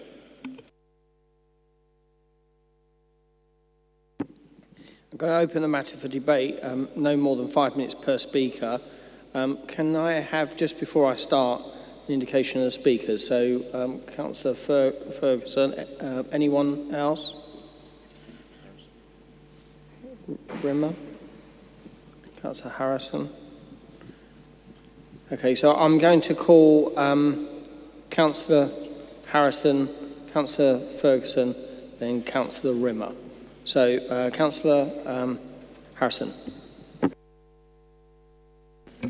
Thank you, Mr. Mayor. Can I just say that I'm fully supportive of this report. I think it's essential to get I apologise, I can't hear you. Can you pull the speaker as close as you can? Thank you. Okay, I'll start again. Just to say I'm fully in favour of this report. I think it is far better to have the seller on a formal basis. I agree with much of what Councillor Baggott has said. Can I just say one particular thing? Currently, in the informal way, 60k per annum was given to the seller for support. Yet, when you meet as a committee, that one of the first things to agree is the level of financial contributions to be sought from each local authority to support the work. Will that come back here for agreement if it's more than 60k, or if the 60k has to be amended in some way? Because I think it's essential that we have the right amount of finance for this, because if we're going to argue with government to get the infrastructure which is required for this area, we're going to need the finance behind it. And I'm assuming, Councillor Baggott, that it will be on an equal basis from each authority rather than on population. Thank you. Councillor Ferguson. Thank you, Mr. Mayor, and I speak on behalf of my group this evening that I fully support the recommendations that we see before us, that I think it's absolutely right that we should always seek the best form of governance for Basildon. I appreciate that this is a joint committee, there's no transfer of sovereignty over it, but we should also work in partnership as best we can to get the best for our borough. And I think that working in partnership with other South Essex local authorities on the joint agreed agenda that we have within the report tonight is absolutely vital. There are opportunities that we need to take advantage of, there are opportunities that we need to work together on. Over the last 18 months, we've realised the importance of going digital, and the superfast digital rollout is absolutely vital. The technical university for young people being able to be educated within the borough, to be able to take advantage of technical apprenticeships with some large employers within the borough and get degree level qualifications out of it is absolutely vital. And we've already heard tonight the importance of infrastructure and housing. So I fully support the drive of working together and the direction of the joint committee. This is work that's been undertaken over 4 years to get us to this stage, and I'd like to thank my predecessor as leader of the Labour Group and also leader of the Council for his work in getting us to this stage as well. And we should all be working in partnership for the betterment of the borough. I would though like to see more about Acela coming to Policy Executive. I understand Councillor Baggott wants it to go to the Scrutiny Committee. I think where we're talking about decisions of policy that affect the Council, it should be made by the most appropriate platform, and Policy Executive is that platform. And I think the members there are fully able to scrutinise decisions that are going forward. It is a self-scrutinising committee, after all, but fully support the recommendations and hope that we can deliver for the residents of this borough. Councillor Rimmer. Thank you, Mr. Mayor. Absolutely support and echo a lot of the words that have been said by fellow councillors today. Applaud the leadership of Councillor Baggott on this in actually driving forward with other leaders of Essex Councils, South Essex Councils, to actually have this joint committee. My understanding is under the last administration, it was stalling due to egos, perhaps. I do not know. I will not cast aspersions. But in terms of diversity, I think we've undersold it in this particular report. We're saying there's no direct diversity, inclusion, or community cohesion implications, which I would say that was not true.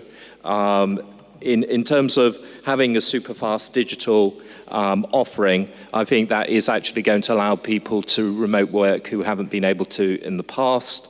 In terms of the technical university, as Councillor Ferguson said, the life chances that will give to actually people in the borough who may have otherwise been denied education needs to be taken into account. So I think the only criticism with this report is that we're still using diversity and inclusion as a tick box exercise, and we really need to consider the implications and actually sell ourselves for what we're doing in terms of these issues.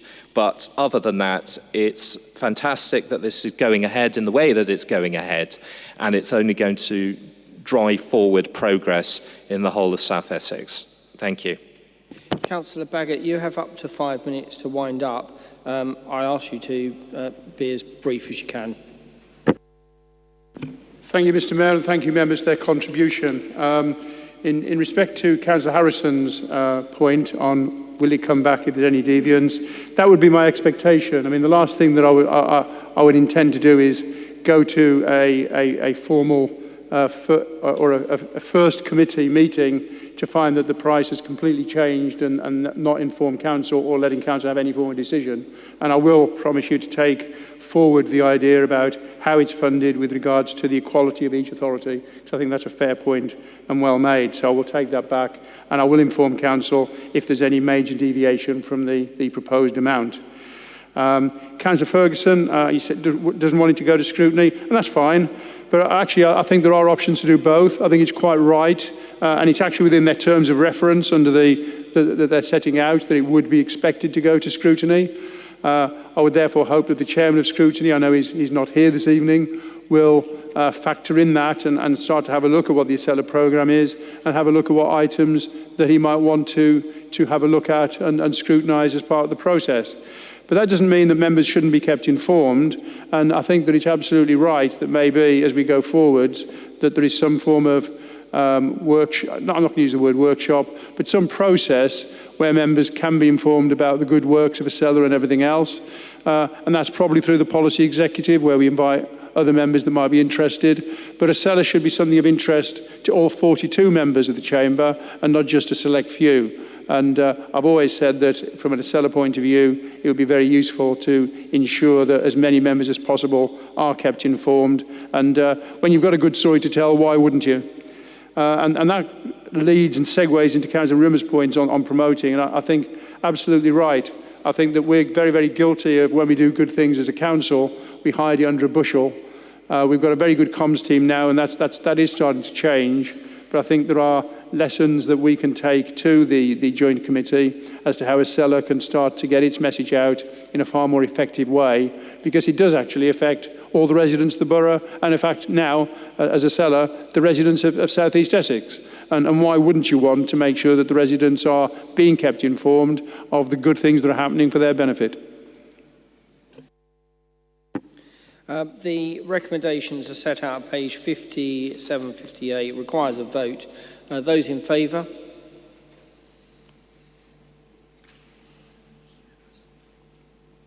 Unanimous. Item number 12, corporate plan. I call Councillor Baggott, Chairman of the Policy Executive Committee, to present a report. Up to 10 minutes, please. Thank you, Mr. Mayor. I think in Basildon we've seen administrations come and go, and therefore we've seen corporate plans come and go.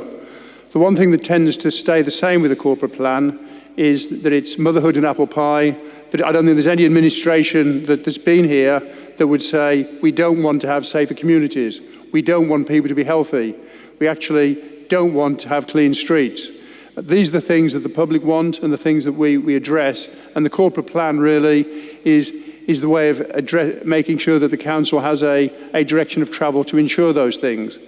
But actually, when you get under the surface, the corporate plan is much more than that, because while it can be a dry document, the corporate plan informs our partners, the corporate plan informs the workers of the council, it informs officers of the council, and it informs, for those members of the public that are bored at night and want to read it, it informs the public as to what sort of things that the council are about and the direction of travel we're in. But like any document, all the corporate plan does is sets out a direction of travel and the aspirations. The key thing is where the power comes in, and the power is how you deliver and what you deliver underlying that particular corporate plan. And I am really, really proud so far of the work that this administration has put in.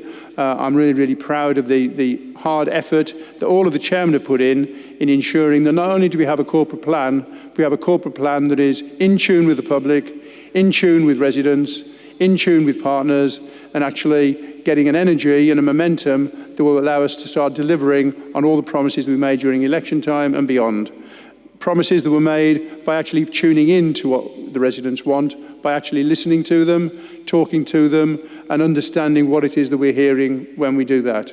So I commend this corporate plan. I'm sure the opposition will find many things to knock in the corporate plan, but ultimately this is the vision of the council.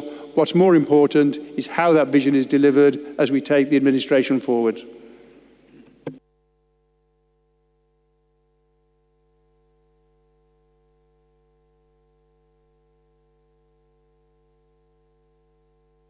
Councillor Ferguson.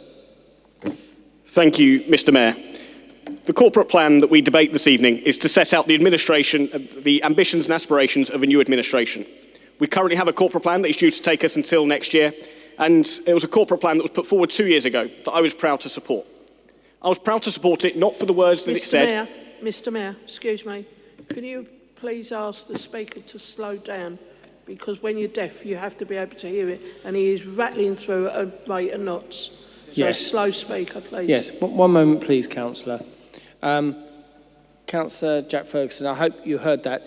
But what it is that you're passionate, and I can hear it, but you are going quite fast. I can just barely hear you. So if you pull your microphone towards you, you don't need to shout. I'm not suggesting you are, but you don't need to shout, but try to speak a bit more slowly. I'm conscious of time. I'm not asking you to go that slow, but go a bit slowly. And if you do slightly overrun, that I'll take that into account. But take your time, please. Thank you, Mr. Mayor, and I apologise to all members. The corporate plan that we debate this evening is to set out the ambitions and aspirations of a new administration. We last had a corporate plan that was put forward 2 years ago, and I was proud to support it. I was proud to support it not for what it said, but for what it delivered. Free school meal programmes during school holidays for young people. The most ambitious council house building programme for a generation. Investments in our community centres. Together for Safer Basildon launched. Job creation schemes. Leisure and cultural opportunities coming forward.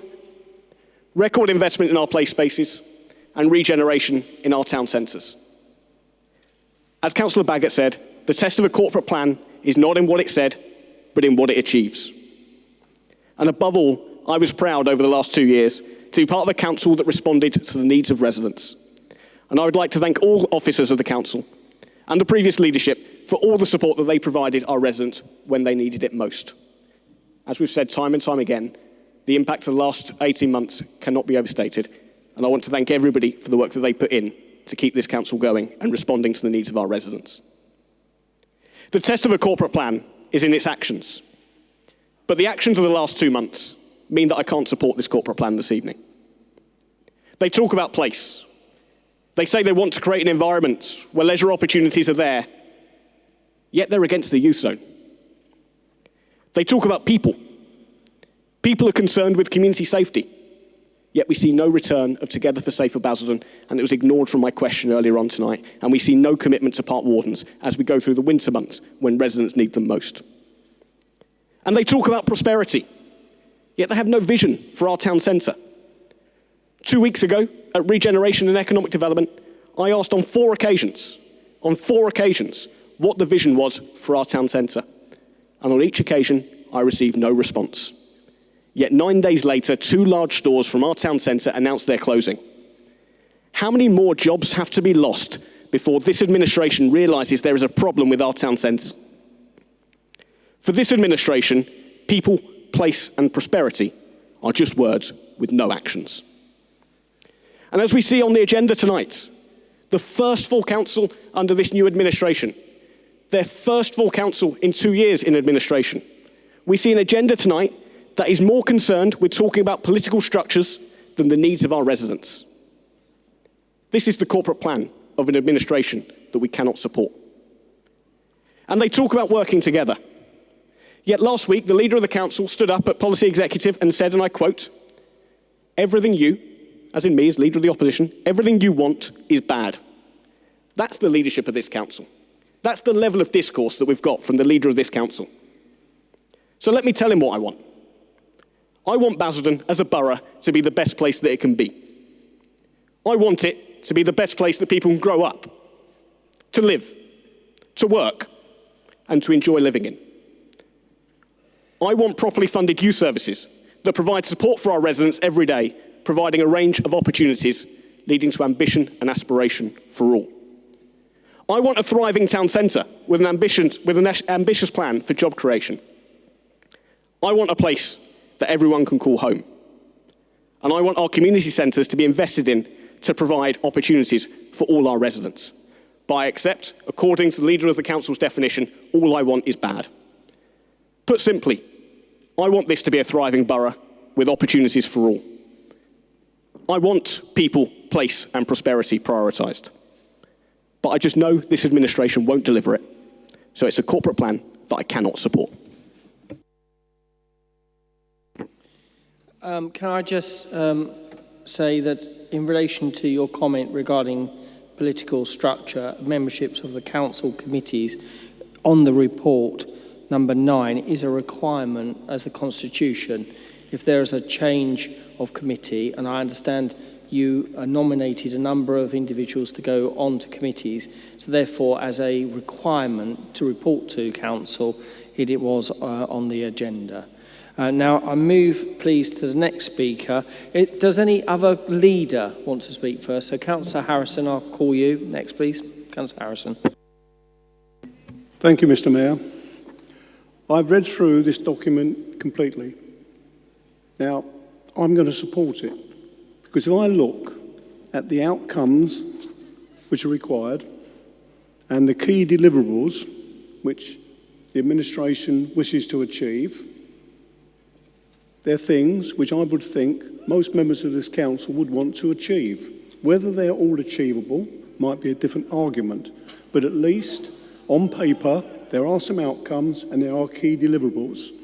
A lot of it is about, and I read this and I didn't really see this as a political document.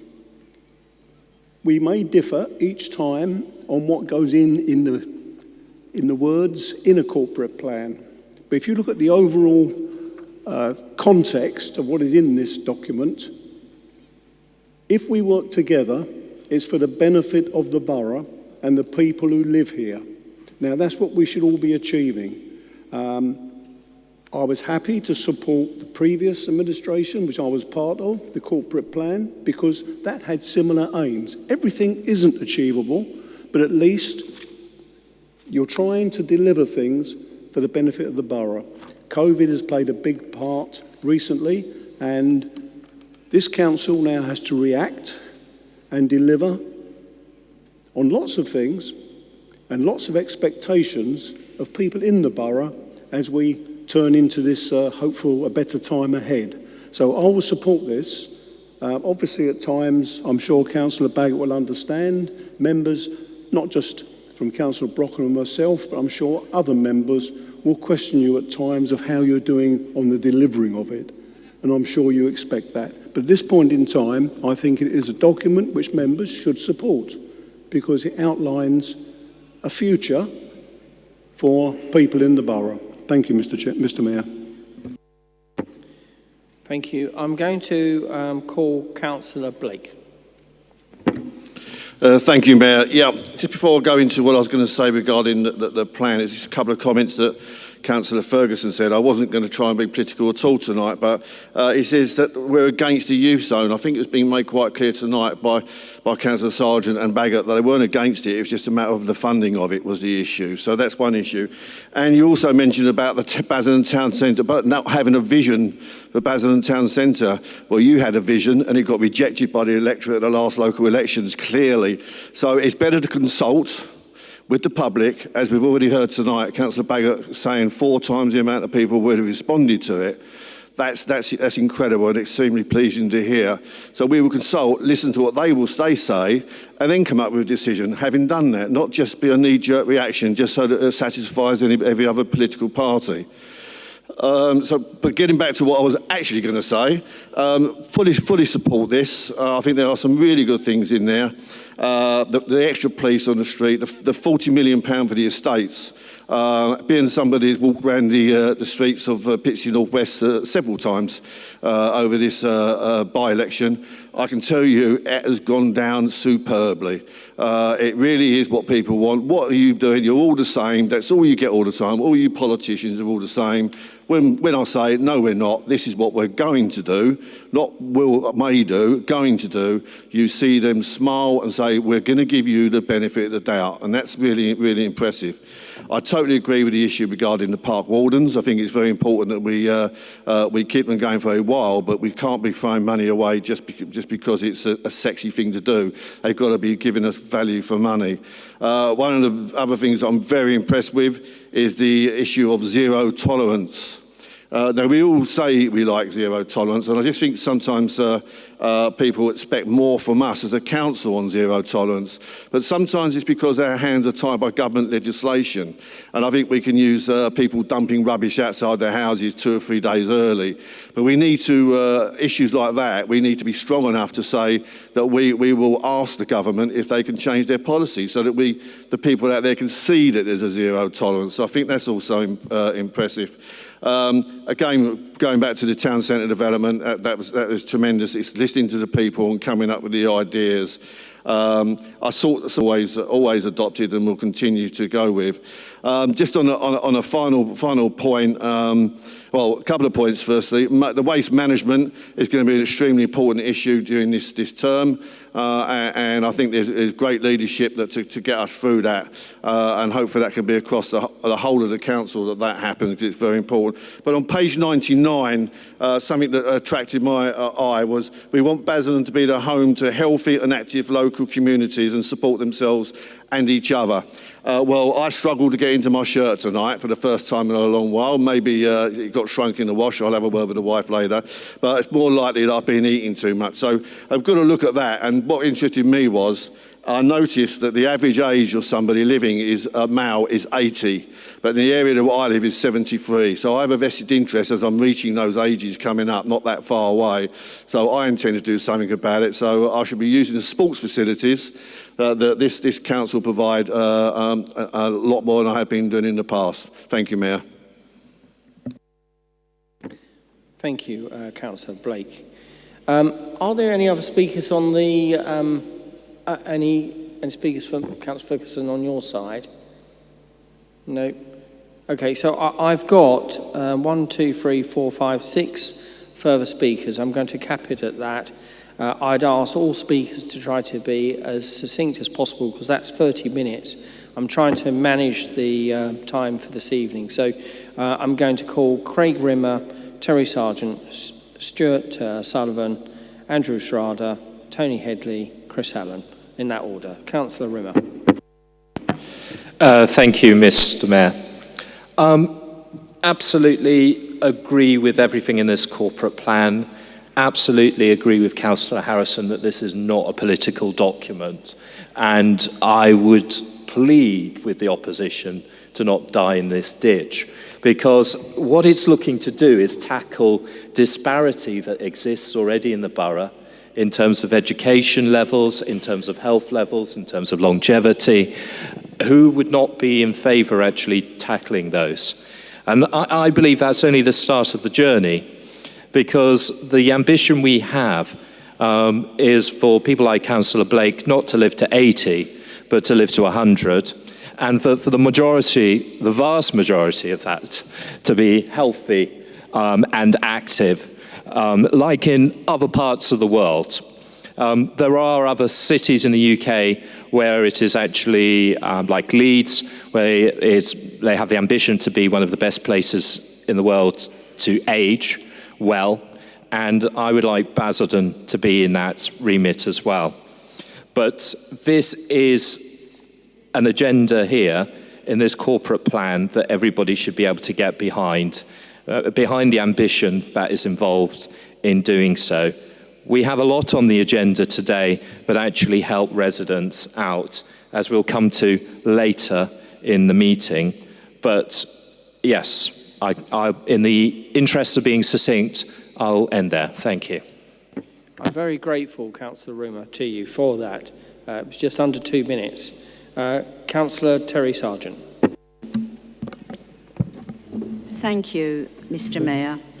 I'd like to congratulate the leader on this corporate plan.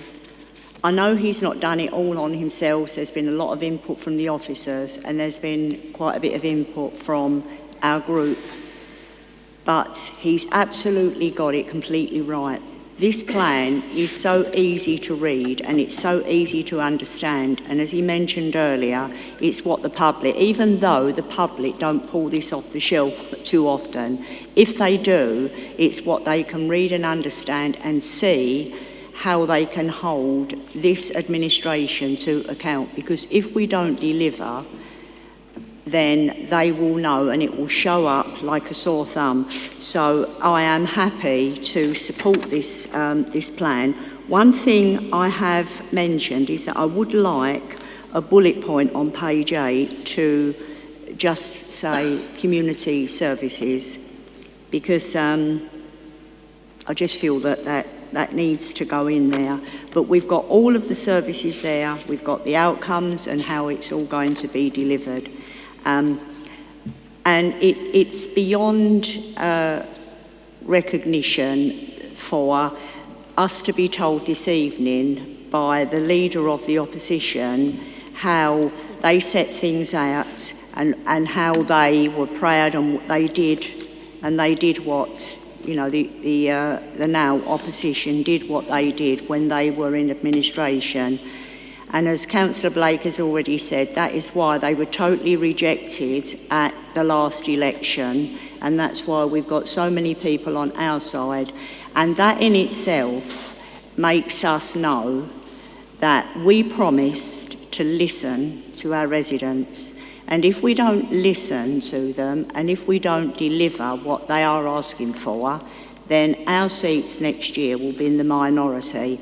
So let's ensure that we, this administration, listen to our residents and we deliver for them what they've asked us to. Thank you, Mr. Mayor. Thank you, Councillor Sargent. Stuart Sullivan. Thank you, Mr. Mayor. Most people will want the same things for the community they live in, and as a result, the proposed outcomes of any corporate plan will be broadly similar.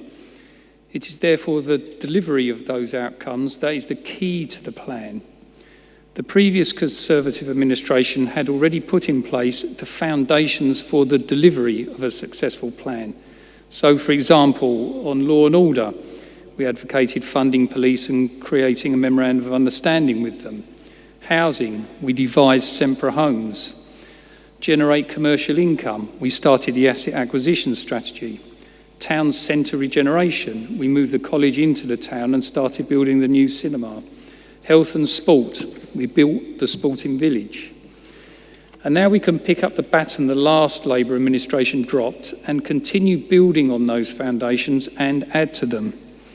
To that end, we have already announced measures to regenerate our estates while increasing the availability of council housing, of investing in our community centres to ensure they remain hubs of community activity, and of devising a strategy to deal with the perennial problem of parking. These are the types of measures required to give people the basic requirements for living in a decent environment. As has already been demonstrated, therefore, only a Conservative administration will come up with the ideas that will actually deliver the aspirations of a corporate plan, as the Conservatives are the only party with representation in all 5 settlements of the borough, and therefore have the required borough-wide vision and understanding. This is in stark contrast to the last administration, which was almost entirely Basildon-centric, and whose vision for the borough involved high-rise tower blocks, white elephant schemes, and playing one community off against another. Thank you, Chairman, Mayor. Councillor Andrew Schrader, sorry. Thank you, Mr. Mayor. I welcome this new corporate plan, which I think sets out a fresh vision for the direction of this borough as we emerge from, as Councillor Harrison said, probably the most challenging and difficult period almost in living memory. In order to build back better, Basildon Council is going to have to be innovative in the way we deliver our services in the post-COVID landscape. We're going to need to be nimble and responsive to the public's needs. I particularly support our renewed commitment to revitalise engagement with residents, particularly our tenants and leaseholders, and I was pleased to meet with the tenant and leaseholder panel myself a couple of weeks ago. This corporate plan sets out a commitment to empower our communities to inform the way we deliver their services and give residents a real stake in the future of our borough. I also welcome the commitment in this document to deliver new homes matching the full range of need and to renewing our estates and ensuring that every resident can be proud of the place they call home.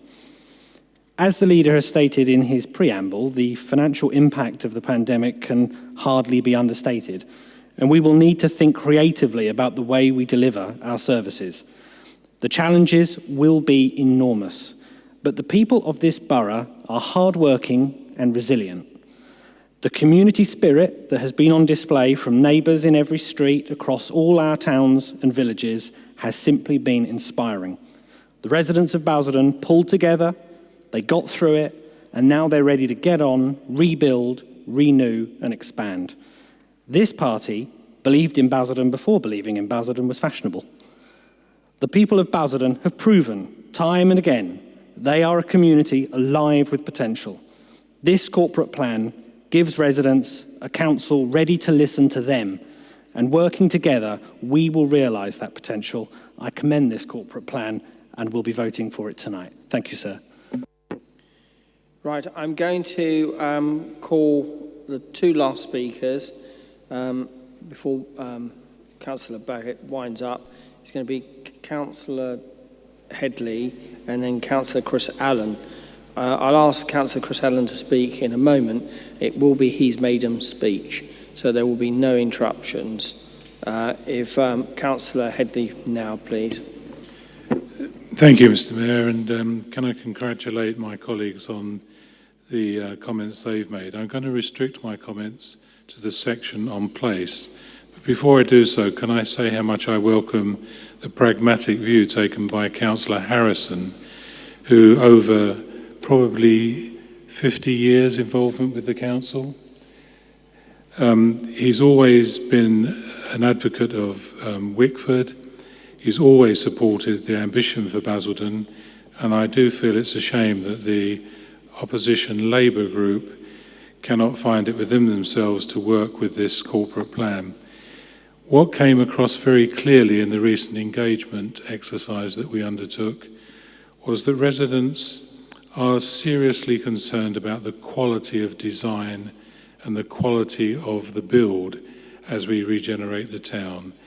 This administration will take their views seriously, and we will work with developers to ensure that the quality of the build and the quality of the design meets the aspirations of the residents. It's their vision that is important to us as much as the vision of this administration. Can I also say that the biodiversity and the green spaces are key to delivering that quality of build. And there was a question earlier about the greening. Basildon New Town is one of the greenest places. Most of the new towns, when they were thought of in 1947, some of them haven't really, time has overtaken them, and I think that is the issue with Basildon. Town centres such as Basildon are in desperate need of revitalisation. We will do our best to deliver that, and there's no doubt we have a number of challenges, particularly on top of the pandemic. We are working closely... Councillor Headley, please refrain from speaking for a moment. Councillor Smith, I can't see other councillors. It's too far away from me at the moment. Could you not speak, please? I can hear you. Yes, I could hear some speaking. Would you mind? Well, Councillor Smith, I can hear you speaking. What was I saying, Mr. Mayor, if I was speaking? No, I can hear you speaking. I can't hear the words. I would just ask you... Oh, you couldn't hear me, so I was speaking. No, Councillor Smith, please refrain from speaking whilst other people are speaking. I'm trying to listen, and I'd like to remind you that that under regulation or procedural rule 22B, no member shall be interrupted during a speech of another member. And I'll just ask you to show courtesy of others, if you do not mind, please. So, Councillor Headley, if you could continue. I'm sorry for interrupting. Thank you, Mr. Mayor. And in conclusion, I think the other key player in the regeneration of the borough, because I do include Billericay, Pitsea, Langdon, and I think it's a bit rich from the opposition Labour group to say they wanted investment in community centres when they did their best to destroy the Langdon Community Centre. But I'll skate over that issue at the moment. What I will say is that this administration has already had very productive meetings with both the Basildon Business Group and the Chamber of Commerce, and we will be sounding out those businesses that support the employment and the prosperity of this borough to ensure that this corporate plan is successful for everybody that works and lives in this borough. I'm now going to call the last speaker before Councillor Baggott winds up, and that's Councillor Chris Allen and his maiden speech. Please may he speak without being interrupted. Mayor, a resident wrote to me as a candidate in Langdon Hills identifying a government target to double 2013 cycling levels by 2025 in an effort to make active travel a priority. To do this, it was highlighted to me that we need safe and accessible routes, not just across Basildon, but in every town and city in the country, with rural routes connecting these. And here is that resident putting faith in local democracy to take its part in this national ambition. I quote, "With your support, cycling can contribute to a green economic recovery, meeting our climate targets, reducing inequalities, cutting road congestion, improving air quality, and boosting the nation's health," end quote. Along with all my other pledges for Langdon Hills and Basildon, I included this in my delivery list to the leader of Basildon Council, Councillor Baggott, when we took over from the independent-propped Labour Alliance in May and formed this Conservative administration. For several months now, this authority has been moving into new territory with respect to social distancing measures. This is in tandem with government rules, guidance and recommendations that are becoming more reasonable as the people of this borough and nation get themselves vaccinated against COVID-19. I'm sure I speak for all in this chamber when I thank our NHS and its collaborations with other medical services and volunteers. All our minds have steered our individual and collective thinking, at least in part, towards what the near future can, will, or should look and feel like. This cycling prompt from our local community is just the kind of thing we as the administration can and should include in meeting our corporate plan ambitions as a council and borough, and marries very well with the 3 Ps in the corporate plan: people, places, prosperity. To qualify the residents' claims, I did some research before election day and was pleased to find out about the central government's cycling and walking investment strategy. This launched in 2017 with a 4-year plan until 2021. The disruption of the pandemic led to temporary funding from 2021 to next year, 2022, with the next 4-year investment strategy planned from 2022. This strategy has been complemented by the Department for Transport's gear change vision, which is forwarded by the Prime Minister Boris Johnson. Gear change boosts the funding for cycling and walking investments by a further £2 billion over this Parliament, championed by the Prime Minister, who during his tenure as Mayor of London changed the face of cycling in the capital for all to see and benefit. One of the busiest committees during this administration in Basildon is Leisure and Environment, chaired by Councillor Rimmer. Councillor Rimmer and his committee and officers is seeing through the delivery of many projects, such as Santa in the Woods event for Langdon Hills, an excellent new swimming pool in Pitsea, major investment for Lake Meadows, extra money for the new play equipment to be installed at the Rec in my ward, to name a few. This council, through Councillor Rimmer's committee, has joined up our borough aims with the national aims via our local cycling and walking infrastructure plan and the LC WIP Plus, and the committee's endorsement of officers to develop a cycling strategy supporting existing policy and the ongoing work to improve the cycling and walking network is welcome news. I'm proud to represent people across Basildon, and particularly in my home ward of Langdon Hills, where I am elected to council. Doing as much as I can for local people is important to me, as I hope to have illustrated. With this Conservative administration, I am confident this local authority will continue to make great progress across all areas for the benefit of the people who live and work here. This corporate plan is complementary to that and will help the council announce completions, projects and goals achieved, and therefore has my vote. Thank you, Mayor.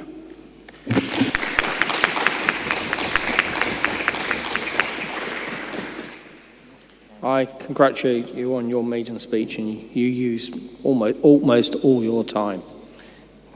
May I ask Councillor Baggott to wind up, please? You have up to 5 minutes. Thank you, Mr. Mayor, and thank you, Councillor Allen, for a most excellent maiden speech. Councillor Ferguson said that I had said that everything he said was wrong, and he's absolutely right. I did say that, and this was an opportunity to prove me wrong, but unfortunately he didn't do so. He did give a litany of his achievements in the last 18 months, but the public have already spoken on what they thought of the achievements of the previous administration at the last election. But what confused me was his raison d'etre for not voting for this corporate plan.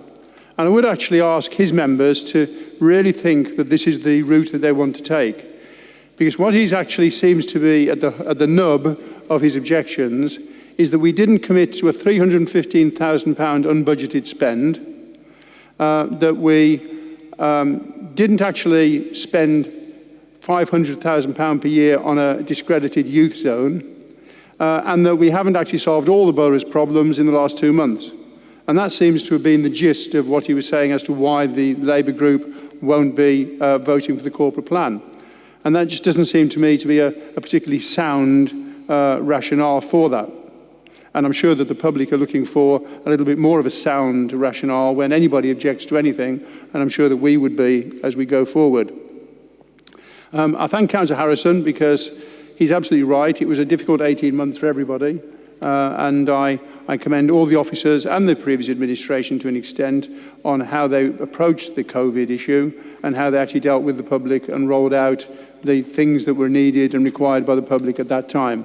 And I think we should all be cognizant of the challenges that the last 18 months faced this authority. But Councillor Harrison recognised that we have ambition and desires, and I hope that he will actually now take that forward and work with us positively so that we can jointly achieve them. Councillor Blake absolutely quite rightfully mentioned the £14 million we're going to put into estates. Now, these are the forgotten estates that we heard about year after year after year from the opposition. Forgotten. So forgotten that they forgot to put any money in them. They forgot to put any investment in them. They forgot to actually deal with them. Well, these are now the unforgotten estates, and without any pressure on Councillor Schrader, I know that he will deliver on what is an ambitious programme to start to get those estates put back into order. Councillor Rimmer, of course, raised the aspiration of people living too long and the healthy lives that we all want people to have, and I agree, it is something that we should all want. And I'm sure that under the auspices of his committee, as Councillor Allen alluded to, we will be rolling out different methods whereby people can get active, get fit, and hopefully live long and productive lives. Councillor Sargent pointed out that and she's absolutely right, that this corporate plan was put together as a group. And this is the difference. This isn't a one person pulling all the strings and making everything happen. We are a collective and a team, and I thank all of the group in all the hard work that they've put into to get us to this particular part of producing a corporate plan. And of course, listening to the residents and engaging with the residents in doing so.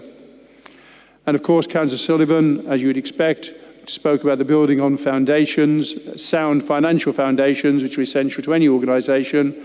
And he spoke about parking, which is something that we are very, very keen to address. And I know that officers already have started a dialogue with the train companies with how we might be able to work with them to actually increase parking provision at certain points in the borough.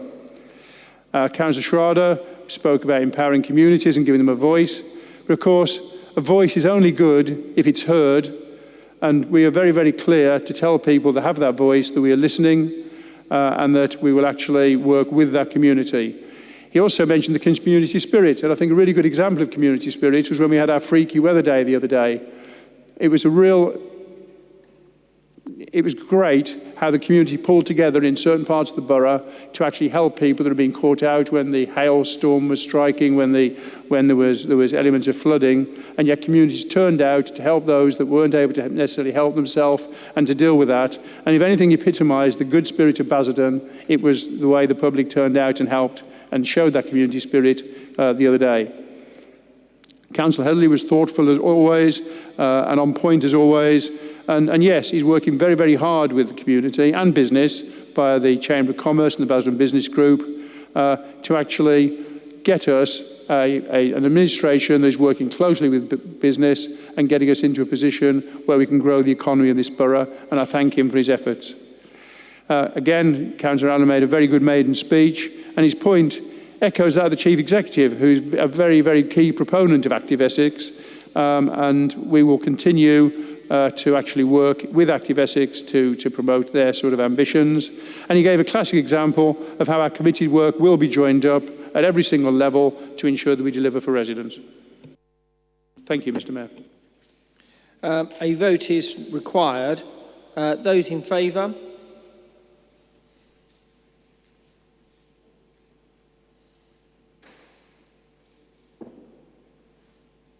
Those against?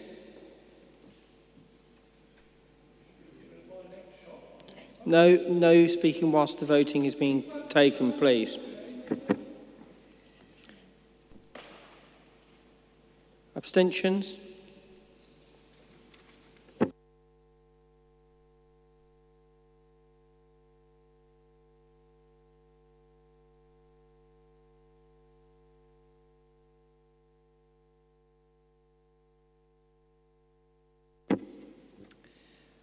The corporate plan is carried. 22 for, 12 against.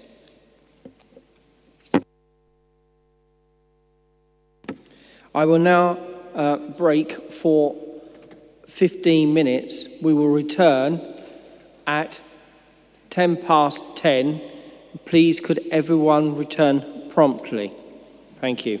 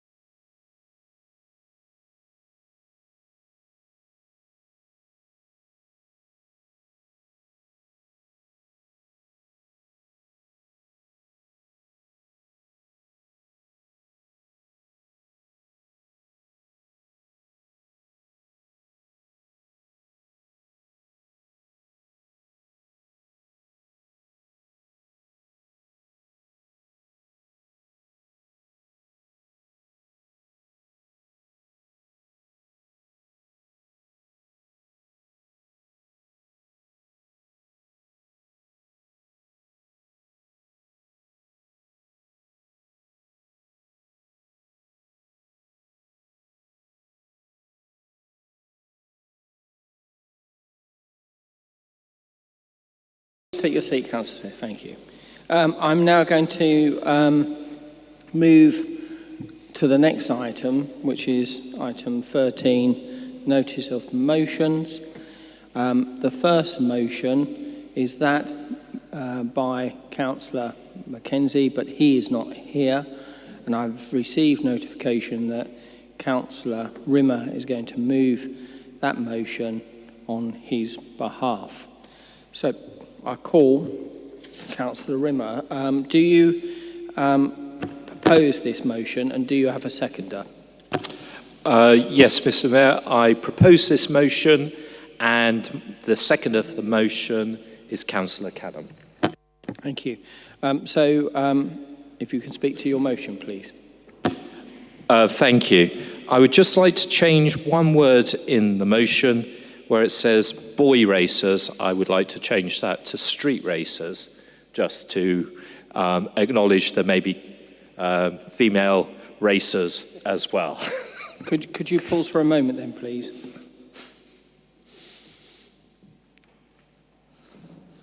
That's fine. Please continue. Thank you very much. This motion that I'm proposing today is one I would have seconded anyway if Councillor Mackenzie had been able to come today. Unfortunately, he got COVID-19 and he is rightly self-isolating, but he is fully mended in himself. And this is a motion that he was very passionate about. Ever since he was elected in 2018, he has been going on about the racers and their effect in terms of noise nuisance on the residents of Pitsea Mount and the residents in the Chalverdon estate and the Rokescroft estate on adjoining Wickford Avenue. I just want to say, in terms of this street racing that we're talking about, it's obviously illegal racing of any kind by a vehicle on a public road, and that's occurring. And it is actually causing a major noise nuisance and noise pollution for residents and actually impairing their sleep. But it goes beyond that. It's actually extremely dangerous because it involves high speeds, sometimes weaving through traffic and ignoring signals. There's also incidents that we know about of street cruising as well, whereby the same vehicle will be going up and down the same road just to showcase their motorbike or to showcase their motor vehicle. This is a problem that I know members in Pitsea have actually been concerned about from both political parties that represent the Pitsea and Vange wards. In respect of this, we had an initial problem when we came in 2018, both myself and Councillor Mackenzie as ward colleagues, with car parks in the Range, the Lidl and the Tesco car parks, with meets going on unauthorised by any of those, and actually using those to blare out loud music and then go on to actually drive inappropriately through our streets. We met with Tesco's and with the council officers and with the police, myself and Councillor Mackenzie, and with representative of Stephen Metcalfe, MP, as well, to resolve the issue in respect of Tesco car park. Tesco were extremely helpful, and we were able to resolve the problem in terms of unauthorised meets within a matter of months. But of course, that just shifts the problem to another part of Pitsea. And in this motion, by actually calling for this public space protection order in respect of the flyover and in respect of the street racers, we're actually trying to stop the problem continuously moving around the geographical area and make sure that we have a zone which actually stops these things happening altogether. I know that other areas of Essex have these issues too. We read recently in the Echo about problems in Southend with street racers as well. But for our residents in the streets that we live in, the streets we live next to, this has become a particular bane of their lives. And especially in these summer months where you feel the need to keep a window open or two just to have some refreshing air, but all you're actually hearing at the weekend in particular is the zoom of motorbikes or motor vehicles travelling at high speed. So, with this in mind, I would like to, I am proposing this motion with pride, and hopefully that this will be part of the solution that actually makes the overall area better for residents. I think it fits neatly in with what we're trying to do in Pitsea anyway in terms of enhancement and improvement.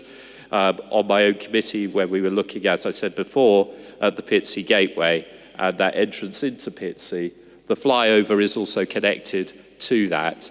And Councillor Blake made comments on my own committee that actually some of the graffiti and some of the disturbances in that area that we're proposing to enhance have actually been caused by street racers.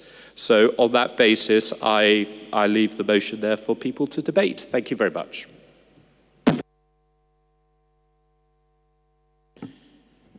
Councillor Callum, do you want to speak now? Then please do so.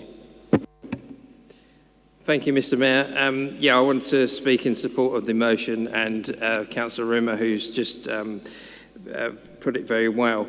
As a newly elected councillor for Pitsea South East, one of the items that came up on the doorstep around the Mount and around Pitsea, especially for users of the retail offering around the site of the flyover, was the mention of the street racers, causing issues. The only other thing I think I can add really to what's already been said is some people reported feeling intimidated during the daylight hours because the cars were often gathering in the same place, and the taking of drugs was evident, which kind of discouraged members of the public from parking near these vehicles. So, I mean, I support the motion and its aims to find ways to tackle the issue and promoting responsible behaviour in the borough. Thank you. Councillor Smith. Thank you, Mr. Mayor. I will be supporting the motion. There's a couple of things I have an issue with, but we have to try all this somewhere because this is also a problem in South Fields of Langdon, and I'm sure your colleague sitting next to you will testify to that fact, as well as Councillor Scarola and Councillor Wingfield. This year in the Langdon area, it's not been too bad with the noise, but the boy racers, and I won't use the woke title, I'll call it what people know it as, boy racers, is a problem with the noise and other problems Councillor Rimmer has mentioned. But I think as well, once you hopefully when this motion passes tonight, there are two things I'd like to add to this debate. One of them is any vehicle that has been modified and the insurance company has not been notified, as such, the vehicle is uninsured. So my question to the council that it should be put into the police, that if people are driving around in modified vehicles where the insurance company has not been informed, are therefore driving uninsured. And the police should be coming along, taking those cars and crushing them. Because if they hit someone, they cause an accident, that is an uninsured driver. And that means all the rest of us law-abiding motorists who pay their insurance will be paying a higher premium. And I don't say that to criticise the police, I ask that as a question to the police. Maybe they have their own reasons, I don't understand. So hopefully we can look forward to that response. My second point with regards to these races, my colleague here tonight, Councillor Headley, sitting over there, and I see his eyes light up, was the chairman of the Essex Fire Authority until some bright spark decided to get rid of it. And Councillor Headley done a lot of work. I believe, if he nods, then I know if I'm right or wrong. Was it the Essex Fire Car? Is that what it's called? Through me, Councillor Smith. There's no debate between councillors. Oh, no, I was just confirming it rather than try and save council time. But if you want to do it that way, that's fine with me. And the Essex Fire Authority engaged with this sort of souped-up looking car. I think it was a Ford Focus, but Councillor Headley can correct me if I've got this wrong from memory. And it was like a red and yellow fiery coloured looking car. And it would drive up to these locations where these young people were gathering, sort of doing this boy racing, street charging, whatever and what you call it. And I found it quite effective. One time I did call for it to pop down to Southfields. The report I got back was that the young drivers went over to the car and asked questions, and representatives from the fire service had a sensible conversation and sort of said to them, like, you need to be careful, driving around like Wallies, you're not only putting yourself at risk, but other people. So, yep, we'll be supporting this wholeheartedly, but I just wanted to put those 2 points on the record. Councillor Ferguson. Thank you, Mr Mayor. Before I proceed, I just want to thank Councillor Mackenzie for bringing forward this motion, and I'm glad to hear that he's on the road to recovery, and please pass my best wishes on to him. I want to speak in support of this motion, and we've tackled this issue, and we've heard it for over a number of years within Pitsea. It's not exclusive to the Pitsea flyover, as Councillor Rimmer mentioned. It is in the Chalvin estate. It happens over at Norton's Park, and we need to be able to put a stop to this, and we need as many tools as we possibly can to be able to do this. So I think this is the first step. But it's not the only step, and I think Councillor Smith made an important point there around the powers that we have as a council. I know this came up at the Housing and Estate Renewal Committee, where we discussed issues of parking, and we need to look at potential legislation change and speaking with our MPs to be able to give the council more powers to be able to tackle this issue, to make sure that antisocial behaviour doesn't continue in this same way. We also need to see increased levels of policing. I want to thank the police that are out there. I think they do a vital job, and I fully support the continuation of the measures that we've introduced of the additional police officers that we've supported, and we need to see an increased level of policing. But what I would also like to see, and I'm sure Councillor Rimmer will include this in the motion or see that it happens in summing up or following this meeting, is that we tackle this issue and we continue to tackle this at the Antisocial Behaviour Working Group. It's a cross-party working group. I was pleased to see its continuation at Enforcement and Public Protection last week, and I hope that we can continue discussing this so we can finally put a stop to this. Thank you, Mr Mayor. Councillor Headley. Thank you, Mr Mayor. I will be fully supporting this. In answer to Councillor Smith's aside, through you, the fire service did have what they called their fire bike programme, where they had 2 high-performance racing motorcycles that were street legal and a high-performance Audi Quattro motor car. They found that they could engage with people that indulge in the behaviour that is being described by the mover of this motion. Far more, they got a more positive response than police trying to talk to the same people. They also have Ford's at Dunton provided a Ford Focus that was a virtual driving experience. It was an immersive driving experience which new learner drivers were able to experience.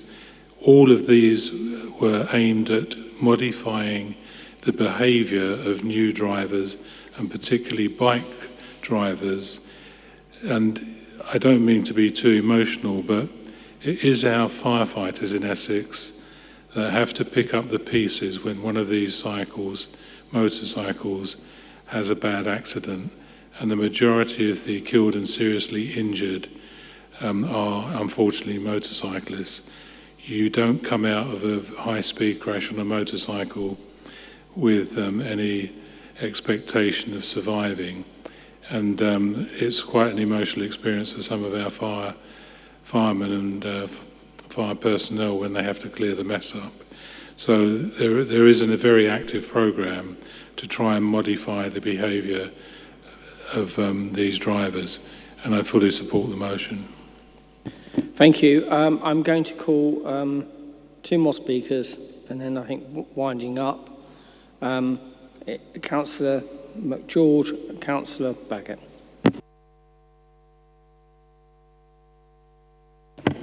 Thank you very much, Mr Mayor. I fully support this motion, and I don't think that the boy racers should be allowed to race up and down the streets disturbing people. It's not safe, it's not a good practice.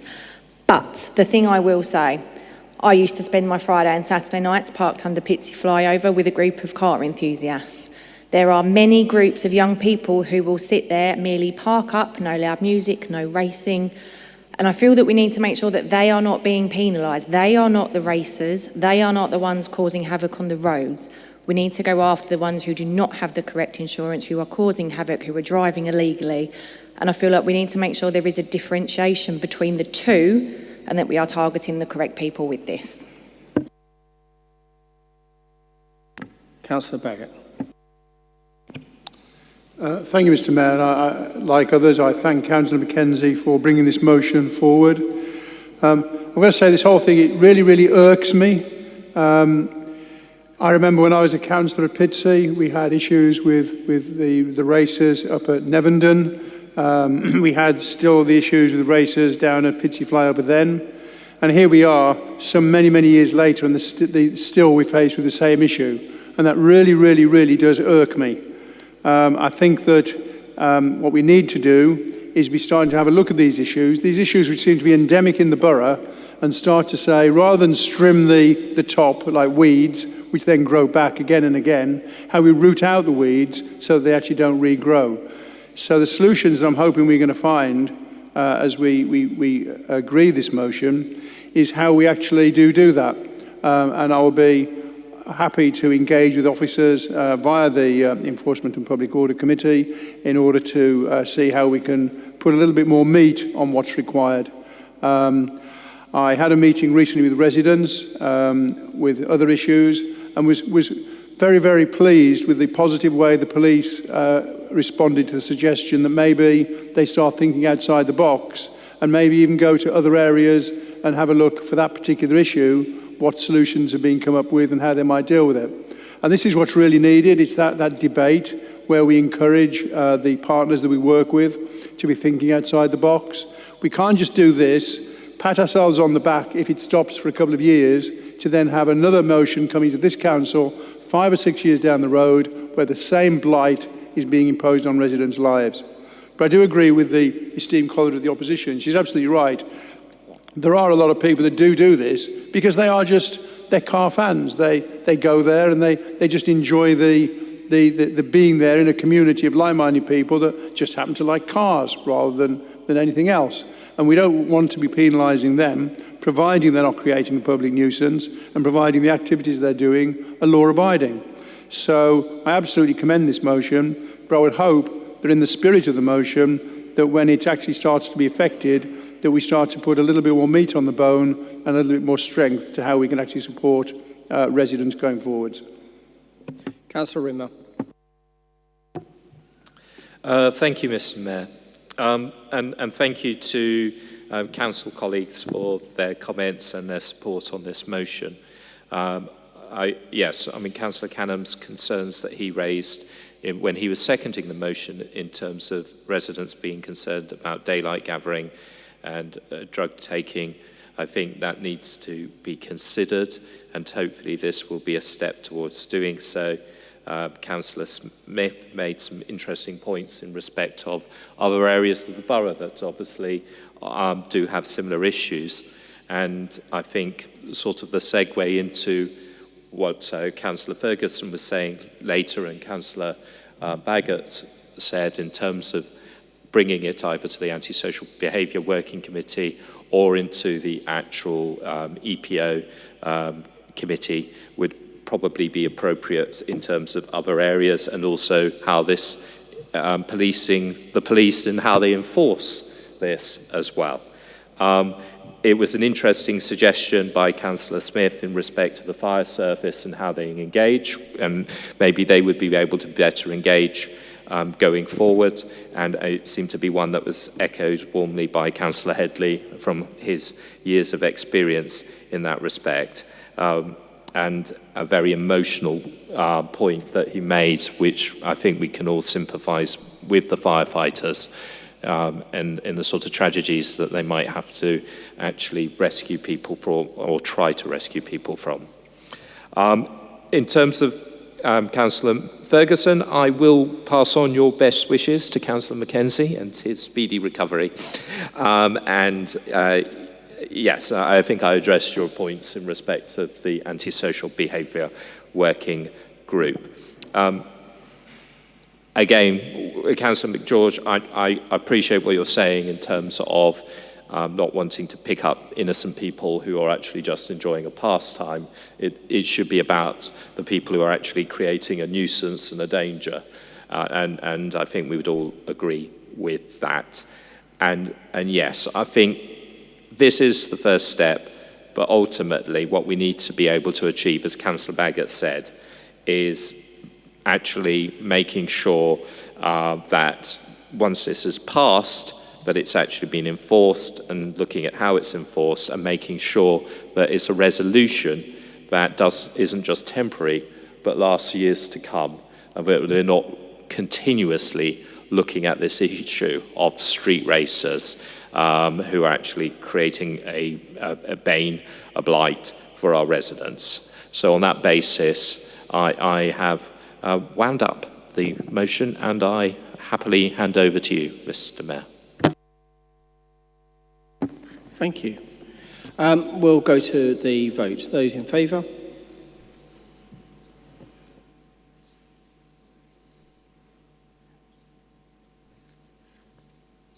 That's unanimous.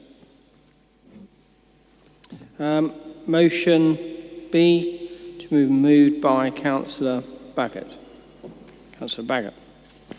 Thank you, Mr. Mayor. For those new members that are with us, we have a committee system. And back in the golden age of local government, we had a cabinet system. And then it was changed, and it was changed for the worse. And if anybody wants any evidence of how it was changed for the worse, I'm minded to remember a couple of years ago when we were in administration, we wanted to get something which we felt was quite important through, which was the introduction, I think it was the introduction of, or reintroduction of free parking. I know it was parking, but I can't remember if it was the introduction or reintroduction. And we were told, well, it has to go to a committee. We had to call a committee meeting. Councillor Blake at the time was the chair of that committee. And the opposition spent all their time venting their spleen and saying what a waste of council resources that it had to be a committee meeting with such a low agenda. How much was he being paid to actually produce such a weak agenda because there was only one item on it? And there's the flaw in the committee system. You can't sneeze without having to go to committee. You almost can't go to the toilet without needing to have a committee decision as to whether or not you're allowed to go to the toilet or not. And it's ridiculous. It doesn't allow us to get things done. It doesn't allow us to get things done speedily. And it's certainly not in keeping with this administration's desire to actually move forward, move quickly, and get things delivered for residents. There isn't a single councillor here that's of a positive mind that could possibly think of a good example of how the committee system works effectively for the betterment of residents and for the delivery of what the administration wants to achieve, be any administration. And I could give a litany of all the failings in a committee system. So this motion allows us to start the work that's going to be needed to enable us to move to a leader and cabinet form of governance. The reason that it's being proposed as it is because the legislation says that once you've moved to a committee system, there has to be a period of time before you can do it, short of having a referendum. And the Lord knows, if I'd have had my way, we'd have probably had a referendum well before this. But it's very hard to engage the public on the doorstep when they're concerned about potholes, the state of their estates, crime and everything else, on navel-gazing as to what the best method is for actually delivering on achieving those. Well, this is a method which will enable us to start achieving quicker for residents, and I'm sure they will get the full support of all the members here.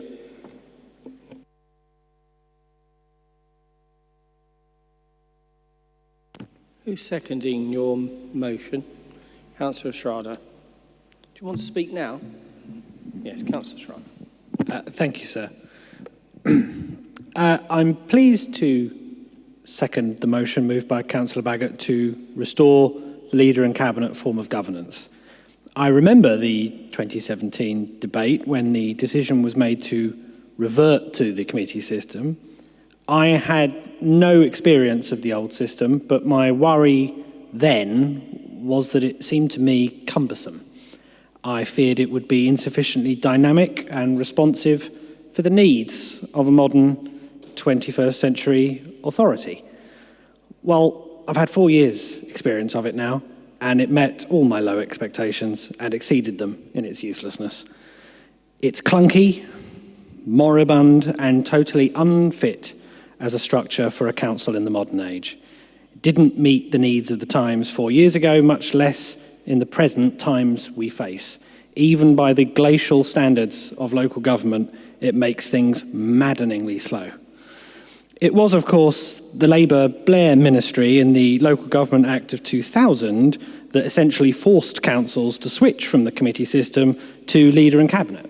It was then, ironically, a Conservative government through the Localism Act of 2011 that gave local authorities the option of changing back. So there is little in the way of party ideological concerns around this. For the party opposite, I suspect it was simply marriage a la mode, something to make coalition with UKIP and assorted independents a little more palatable, to enable them to take power with parties they didn't necessarily want to be formally associated with. So it was all dressed up as a system that involved all 42 councillors. The supposed benefits of the committee system are, of course, entirely illusory. The former leader of the council only made it a short stint using the rather Maoist-sounding title Chairman of the Policy and Resources Committee before reverting to calling himself leader. The chairman, in practice, conducted themselves like portfolio holders, but without the concomitant powers necessary to undertake those duties effectively. And with committees configured proportionately, the stark reality was that if the administration of the day has the numbers, they got the business. That's how this democracy thing works, guys. If you've got the numbers, you get your business. If the administration commands a majority, they command the committees. Mr. Mayor, I support the strong leader and cabinet model. It delivers the flexibility and responsiveness I believe these times require. Good governance is at the core of an enabled and efficient organisation. It will enable this administration to deliver its promises to the electorate with a structure that is smaller, smarter, swifter, and with effective scrutiny arrangements in place to ensure that the right people are doing the right things in the right way, at the right time, and for the right reasons. I commend this motion to members.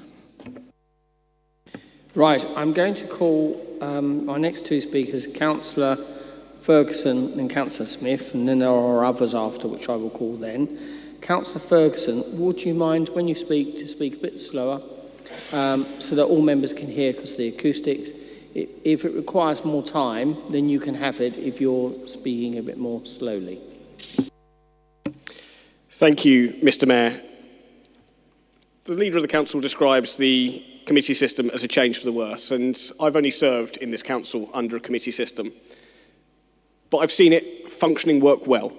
I've seen it leading to politicians being able to work together, to put aside party interests, to work in the interests for the whole borough.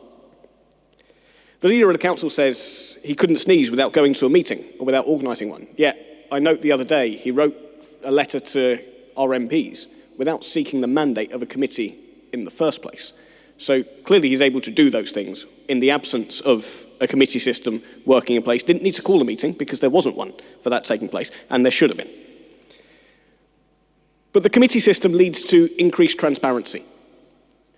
It allows the public to be able to watch every meeting, see us making the decisions that we're making, being able to see us being able to put across our points of view before we make a final decision.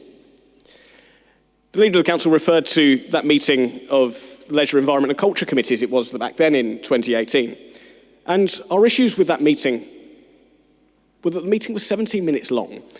A year into, the first meeting of the new administration coming after a year into opposition. Our issues was with the lack of ideas coming forward for the committee system, not the committee system itself. The committee system provides opportunities for parties to be able to work together. And I note that under the Housing and Communities Subcommittee, you yourself, Mr. Mayor, served as Vice Chairman to the Chair of the Housing and Communities Committee, leading to increased opportunities for the opposition to put their points of view on a service committee that there was at the time. And at a time when council resources are stretched, the work of the officers of this council is beyond the demands that we can normally manage, and we have increased demands on us at the best of times. We're going to be putting forward a motion that seeks to demand even more time of the Chief Exec and the senior leadership team when we have other priorities to be able to work towards. In all the doors I've knocked on, in the thousands of conversations I've had with residents, not a single one has said to me, I wish we had a leader and cabinet system. All they want is effective governance. And we spoke earlier on about a corporate plan. We spoke in the corporate plan about having political parties work together. The committee system gives that opportunity for it to do so. It allows everybody to have their points of view. It allows the public to listen, and the significant engagement from members of the public in the webcasting system that we introduced in 2018 should also be recognised within this debate.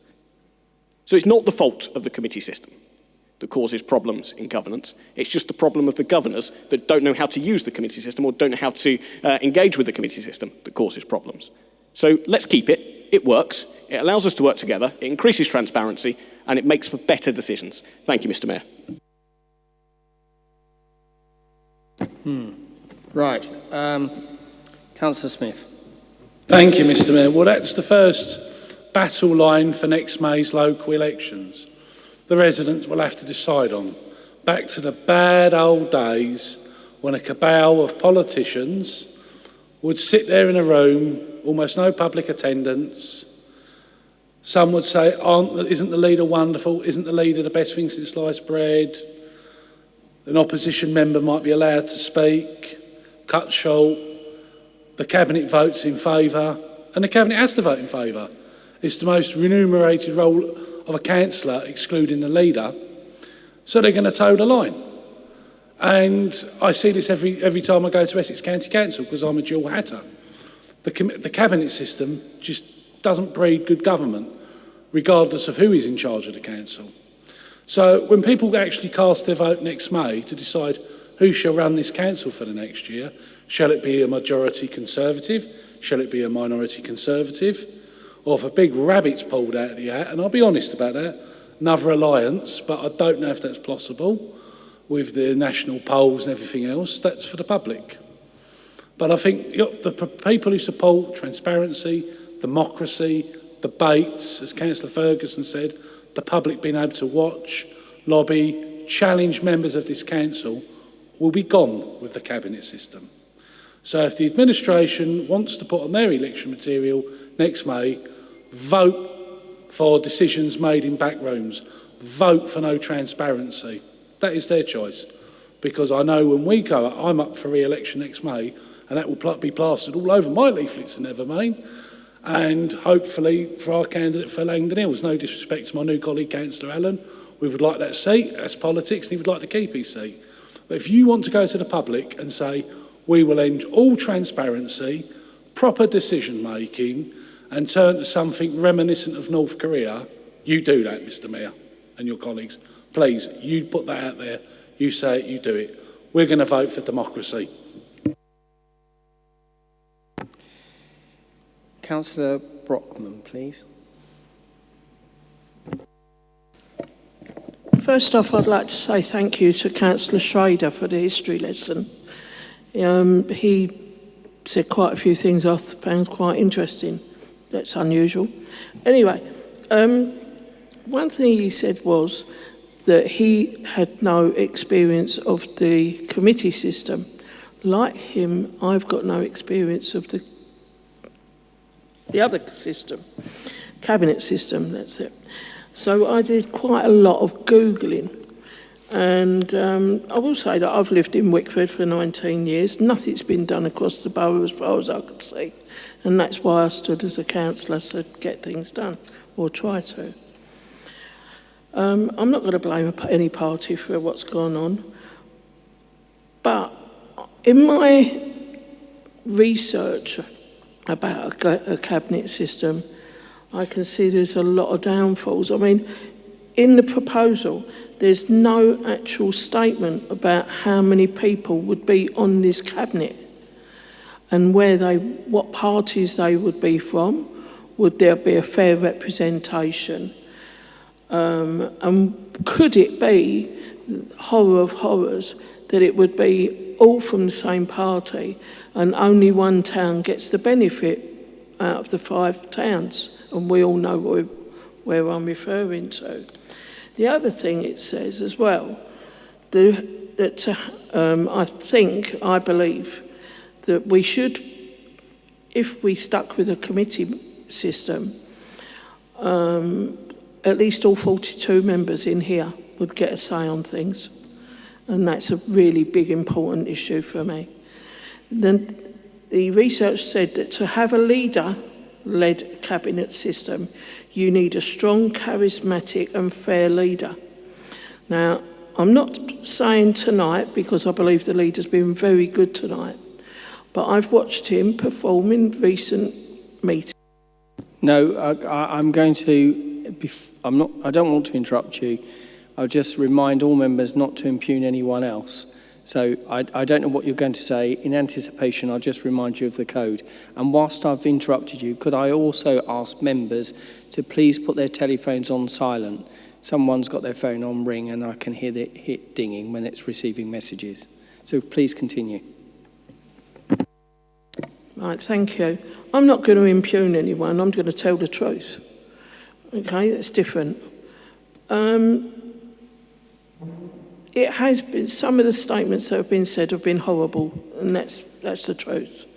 So I think to have a leader-led cabinet system, we need a different leader. So perhaps if he was to stand down, let somebody else in, a strong, fair, and not angry leader to replace him, then we may be in a position to have a fair and respectful council and go forward. Thank you.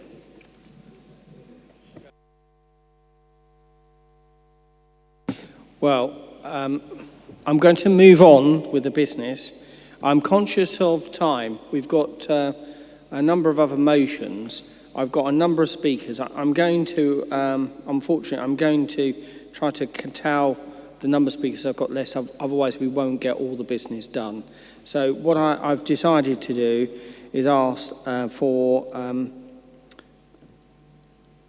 Is there any further speakers on your side, Jack? There isn't, as I understand it. So what I'm going to do is call Councillor Harrison, and for the Conservatives, it will be Headley and Blake. Councillor Harrison first, please. Thank you, Mr. Mayor. As most members will know, I am in favour of a committee system. In 2017, I was one of the instigators of changing to a committee system. I do think it is more transparent, and I've seen the cabinet system work, and I find it a very inclusive for a very few members. I saw the way it operated, where cabinet meetings were over in 35 minutes, and scrutiny often took place after the decisions had been made, not before. Now, what Councillor Baggott comes up with, if in control next May be different. I don't know. But I think to impugn that none of the committees worked, I think is totally inaccurate. I feel that the Neighbourhood and Public Spaces Committee last year did a fantastic job. We brought a lot of things through. There was a lot of unanimous decisions on that committee, and members across all parties worked hard to get those decisions through with the work of officers. So it was a team effort on that particular committee. I can't speak for other committees, which I wasn't on. So don't degrade the committee system just because you prefer a cabinet system.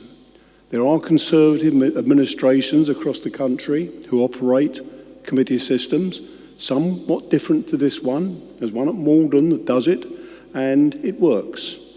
So I know you will have a majority here tonight, but I feel that if you're going to have a cabinet system, you need to ensure that not only are opposition members involved in decision making more, but also your own backbench members, because Councillor Baggott probably knows, because the cabinet I'm talking about, he was a backbench member then, and on the scrutiny side, and he knows as well as I do, there were some members of his party then who weren't too happy with the committees, with the cabinet system, because they felt they were being kept in the dark until decisions had been made. That is the danger. So I hope Councillor Baggott will consider those things. I will vote against his motion tonight because I still prefer a committee system. But Let's see what happens next May. Thank you, Mr. Mayor. Thank you. I've just noticed, thank you very much, I've just noticed that I did have Councillor Sargent indicate early on, and I'm conscious to get a balance of all speakers. So I'm going to ask Councillor Sargent, Headley and Blake, try to keep your submissions to about 3 minutes, so in total everyone gets an opportunity to speak. Otherwise I will not get the business done, and I want to make sure business is done tonight. So Councillor Sargent, please. Thank you, Mr. Mayor. I will be very brief. I'm very pleased that Councillor Baggott has brought this motion to Council this evening, because I'm very much in favour of a cabinet system. I absolutely hated the idea of the committee system and the way that that was progressed to fruition those years ago. I can hear the people that wanted it saying how democratic it was, and when I've heard things this evening, we work together, there's transparency. It's absolute nonsense. There is absolutely no scrutiny in a committee system whatsoever. And for Councillor Harrison to say that there were members of the Conservatives that weren't in the Cabinet, didn't like it because they didn't know anything. Yes, they did, because we have group meetings every Monday where they get to find out everything. So it's not for you to tell us what we're all about. This group is totally in favour of the cabinet system where there is transparency, and as I won't go over the grounds covered by Councillor Schrader because he was absolutely accurate in what he said. This is the way forward for the council. The only way forward is the cabinet system, and thank you for allowing me to speak, Chairman, Mr. Mayor.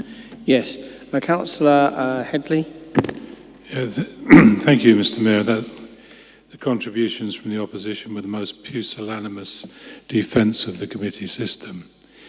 I would like to put on record a number of corrections in terms of the way the cabinet system operates at Essex County Council. Prior to the pandemic, I was able to attend every cabinet meeting in person. Those meetings are webcast. Members of the opposition parties have equal opportunity to ask questions of the cabinet unless it's part 2 information. My experience of the cabinet system, and I'm not a cabinet member at county, nor do I have any ambition to ever be a cabinet member at county, they work far harder and are more flexible and deliver more quickly for the residents of Essex than they would if they were encumbered with a committee system. I do not recognise the comments made by Councillor Smith, and I think if he attended county more, and you can attend all cabinet members via Zoom or Teams, every member is equal under the cabinet system. So some of the myths that are being peddled here tonight just do not stack up, and I would rather go back to a cabinet system which serves the residents of this borough far better than this disabled and, may I say, moribund committee system. Okay. Sorry, Mr. Chairman, I don't wish to be rude to Councillor Headley. Did he... No, could you raise a point of order? If you wish to raise a point of order, I will hear it.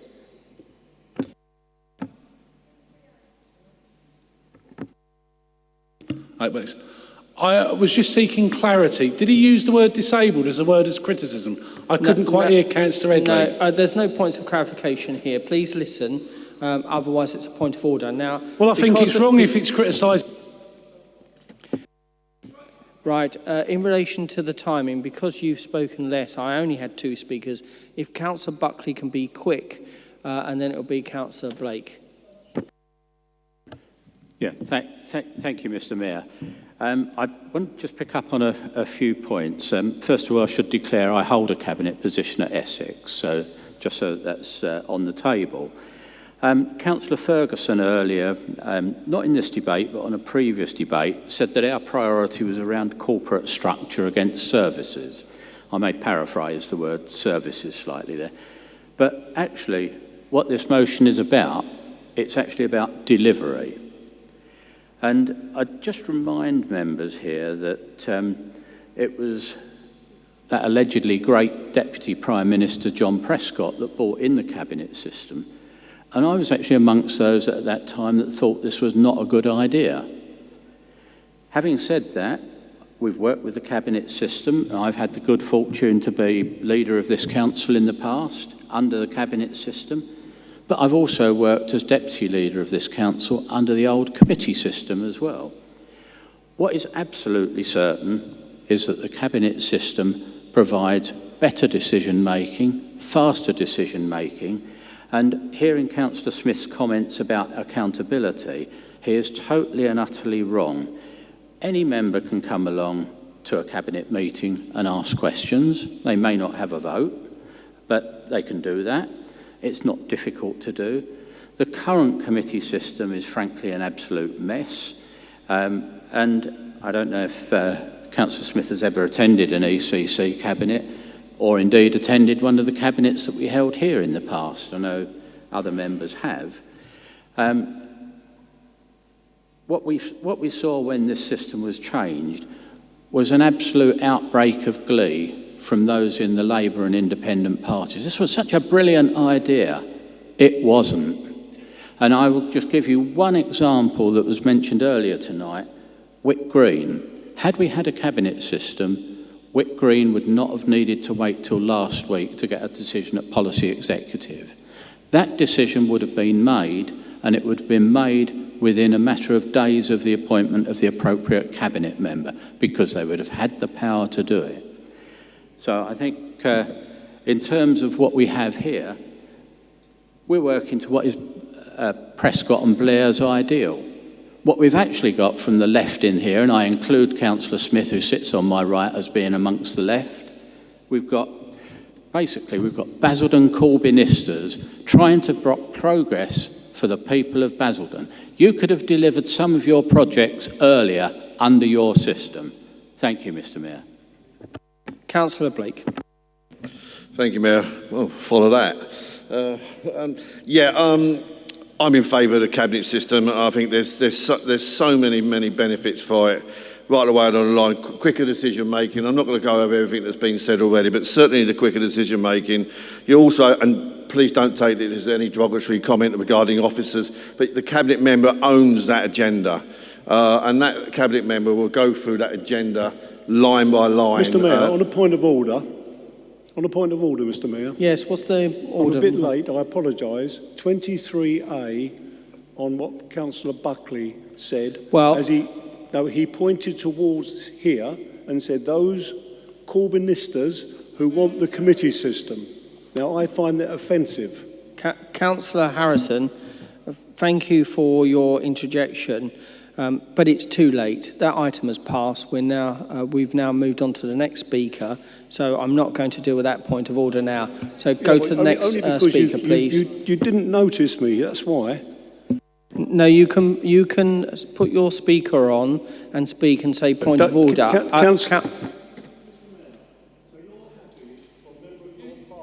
So I'm going to proceed. As I say, I can deal with the point of order at the time the point of order arises. I can't do it when it goes to a next speaker. So I'm going to carry on, please, speaking, Councillor Blake. Thank you, Mayor. So, as I say, it's no derogatory comments regarding officers, but it really is quite simple. The cabinet member owns that agenda, and we'll go through it line by line. We have had incidents in with the system we've got at the moment where the agenda comes to the committee and the chairperson, whichever you want to call it, doesn't necessarily support it. And that's a silly situation to be in my opinion. Councillor Baggott was right. I got absolutely slaughtered for the very first meeting because I had to do it through the system that we had. Yeah, it was. I took a bit of a bashing there, but you know, I'm big enough and ugly enough to take that. But where it becomes really embarrassing, I sat on many meetings regarding air quality with our officers, with cabinet members from other authorities, where, do you know what, they made a decision. They was there and said, yeah, we're going to go along with that. And do you know what I had to say? Hold on, Gov, I've got to go back to speak to the committee system. Got to do it that way. No, it's a nonsense. You should be able to have the ability and the confidence to be able to go forward and speak on that. It is extremely embarrassing and looks really bad when we have to go to a committee meeting and say, do you know what, I can't make a decision on it. It's really not good. I know Councillor Smith said about when you're in the cabinet you have to toe the line, but you've just towed the line for the last couple of years. You know, with the way you voted and whatnot. Everything that's gone through, you say we all have votes, and you don't necessarily get that. Point of order, Mr. Mayor. 22, A, B, whatever. Yes, no, wait one moment, please. So, Councillor Blake, just wait for one moment, please. Councillor Smith, what's your point of order, please? 22, was it A, B or C, David? No, what's your point of order, please?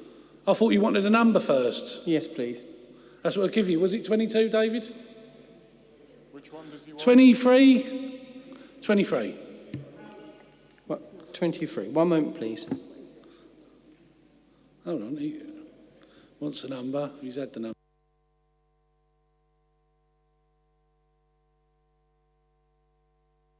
What subsection, please? 23 what? A. What else is A? 23A. I don't accept that. We're going to move on. Please no continue. Surprise. Please, can Councillor Blake be to continue to speak without interruption, please? Thank you, Mayor. So as I say, it's a really awkward system we have. You've towed a line. I do accept if you've got a cabinet system, it normally is just the administrator. But others were allowed and been invited in the past, and they didn't bother to attend. And when asked, well, there's no point in coming, we're not going to win a vote. Well, when you're not in administration, the chance of you actually winning a vote is practically nil, whether you've got a cabinet system or a committee system.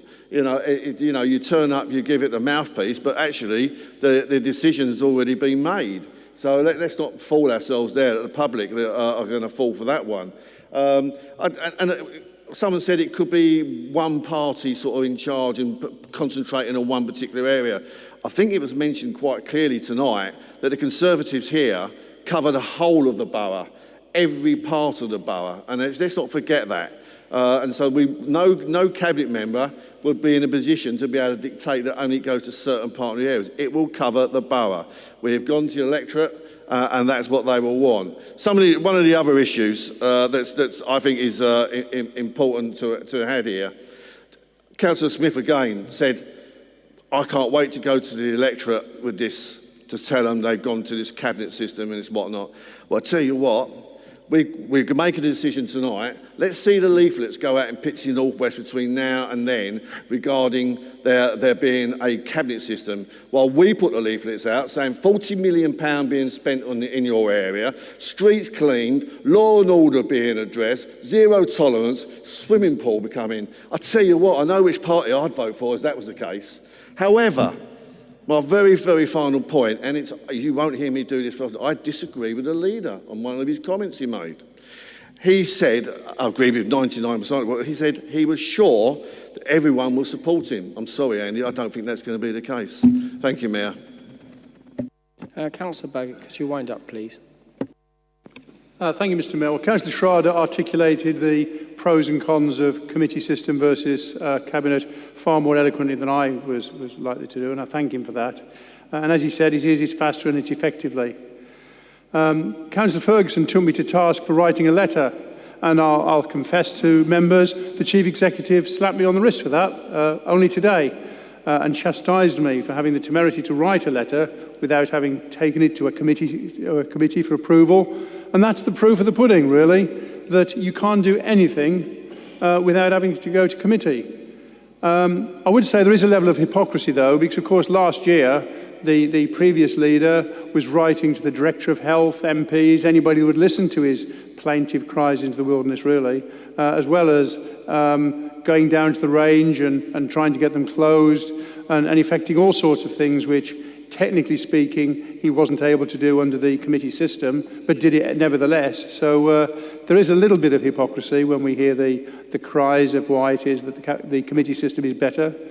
It was interesting to see how much the coalition has fallen apart, though, as far as being in sync, because, of course, Councillor Ferguson articulated very well that not a single person on the doorstep is interested in the system of governance, not a single person has talked to him about how one system is better than another, and yet, according to Councillor Smith, it's going to be the driving force of the campaign that's going to make people vote for him and only him and his party. And, of course, I don't believe that a minute, because, as Councillor Blake said, if we're a party that has delivered, continues to deliver, and will continue to deliver for residents and listen to residents and engage with them, why would they want to actually put their faith into a group of people that didn't listen to them, didn't deliver, and failed to effectively represent them?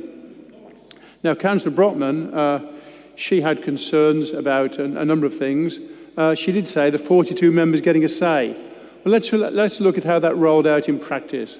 This was the coalition that was formed, took off every single Conservative councillor from every outside body, put them on mute whenever they had the chance when they were doing remote meetings, totally refused to get engaged with the biggest party at the time. And even now, 2 months on, I'm finding out details about meetings that were held in secret, meetings that were taking place that we were unaware of, all sorts of things that were going on behind the scenes that this administration members weren't even aware of. So how transparent is that, I ask? I would also point out that Councillor Brockman said that I wasn't strong, that I wasn't firm, and I was angry. Well, I commend her on that value judgment based upon the 3 minutes of interaction we've had over the last 2 years. But I can assure her that I'm very much not angry. I'm quite happy to be passionate about things, and I am angry when things don't go right for residents. But apart from that, I thank her for her concerns. But in a cabinet system, if we're still in administration, which we will be, and with the good support and goodwill of group, yes, the cabinet system will return with myself as leader. I thank Councillor Buckley as well, who mentioned accountability. And that's the other big difference, because the thing that we used to have in this council, it was called call-in. And it was actually particular to the cabinet system, where enough members of the public, if a decision was made that they weren't happy about, would go to scrutiny. Scrutiny would call a special meeting where the public would call it in. The public would be listened to and heard as to what their concerns were.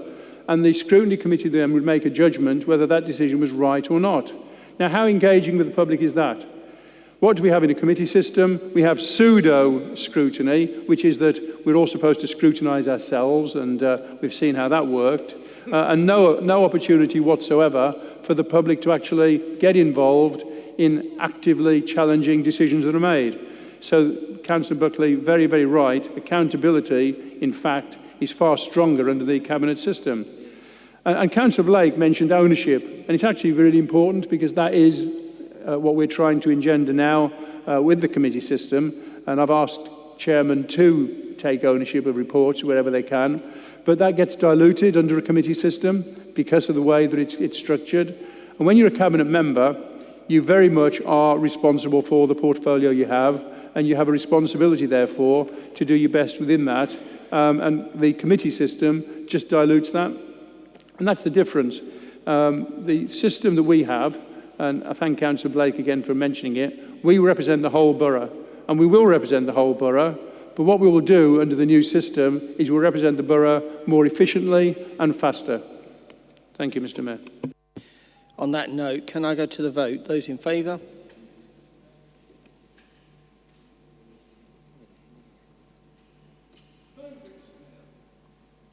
Those, no speaking during the vote, please. Those against?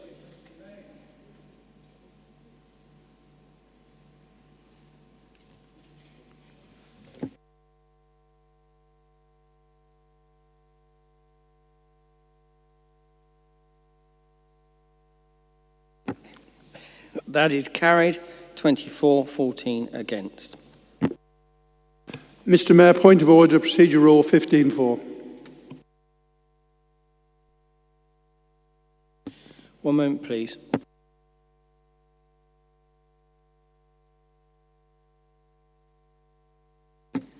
You wish to move a motion without notice.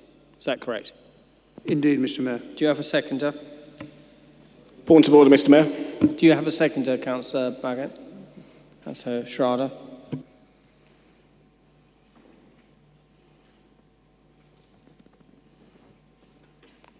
What is the motion, please? Mr. Mayor, with reference to motion 13C, the fact, and it even refers to it in the motion, that this is being referred to the Regeneration Economic Development Committee in the future, that the item is actually deferred to that committee to make a full decision at that time.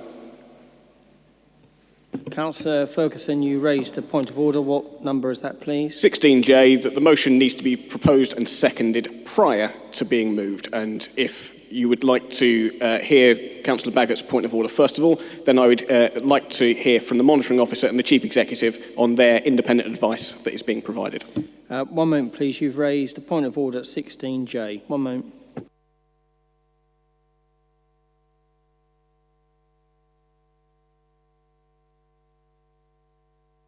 Your point of order is ruled out of order because 16J refers to motions which may be made or moved during debate. The motion Can we hear the advice from the Monitoring Officer, moment, please? please? You've already ruled. I haven't finished my... Can we hear from the Monitoring Officer, please? I haven't finished what I'm saying. Please wait until I finish. As I said, I rule 16J, your point of order, out of order because that relates to motions being moved during debate. There is no debate of that motion at this time. I'm going to now proceed back to the motion of Councillor Point of order, Mr. Mayor. 14.4. Yes, what's your point of order, please? 16J4. One moment, please.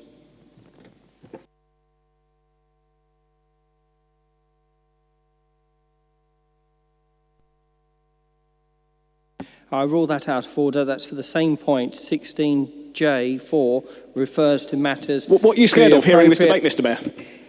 Please let me finish.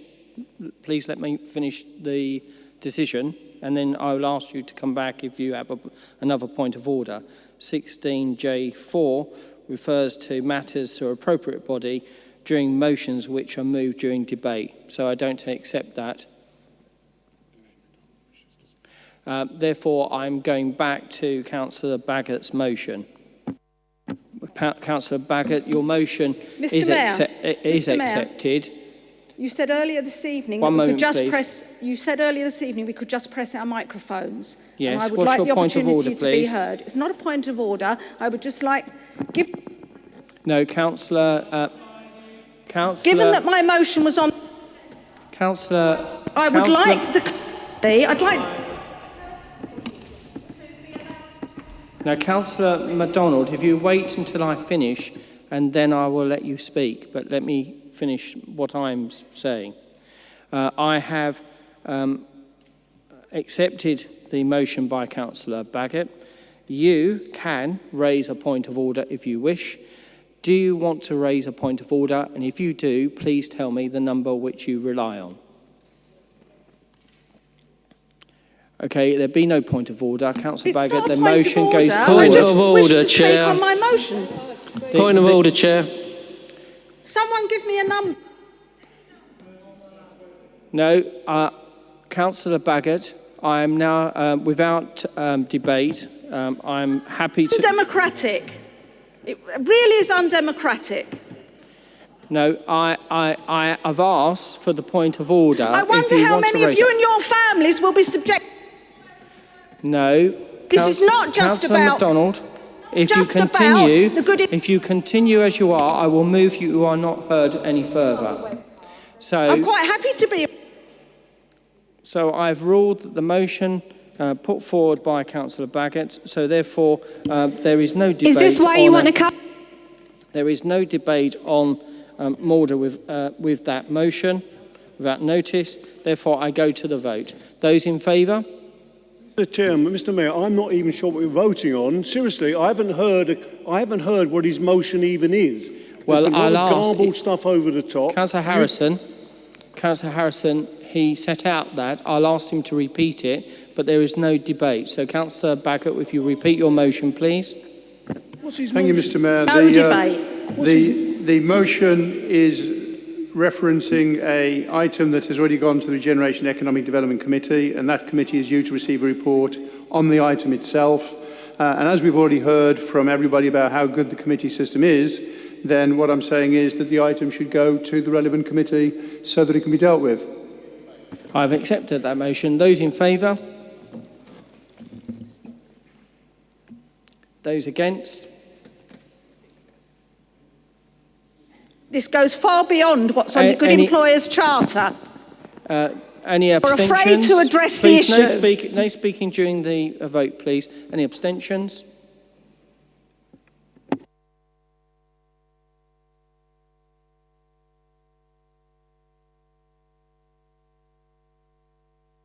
That's been carried as 24, 14 against. Item 13C Mr. Mayor, will be Mr. Mayor, referred to the relevant committee. Mr. Mayor, have you got your numbers right? I know the administration's won, but I know there's 24 of them, and sadly there's a few of them ill or not here tonight. Can you just double check those numbers, please? As I say, it's 24 for the motion and 14 against, 34 votes in total. So, I'm grateful, Mr. Mayor, for pronouncing that correctly. So therefore, as I say, motion 13C will be referred to the relevant committee. Councillor Baggott, that leaves... Mr. Mayor, point of order. I now move to... Mr. What item, please? Sorry, 23B, a member not to be heard further. If I can explain who I'm talking about... Sorry, no, one moment, Councillor Harrison. I didn't hear the number. Could you say that again, please? 23B, member not to be heard further. One moment, please.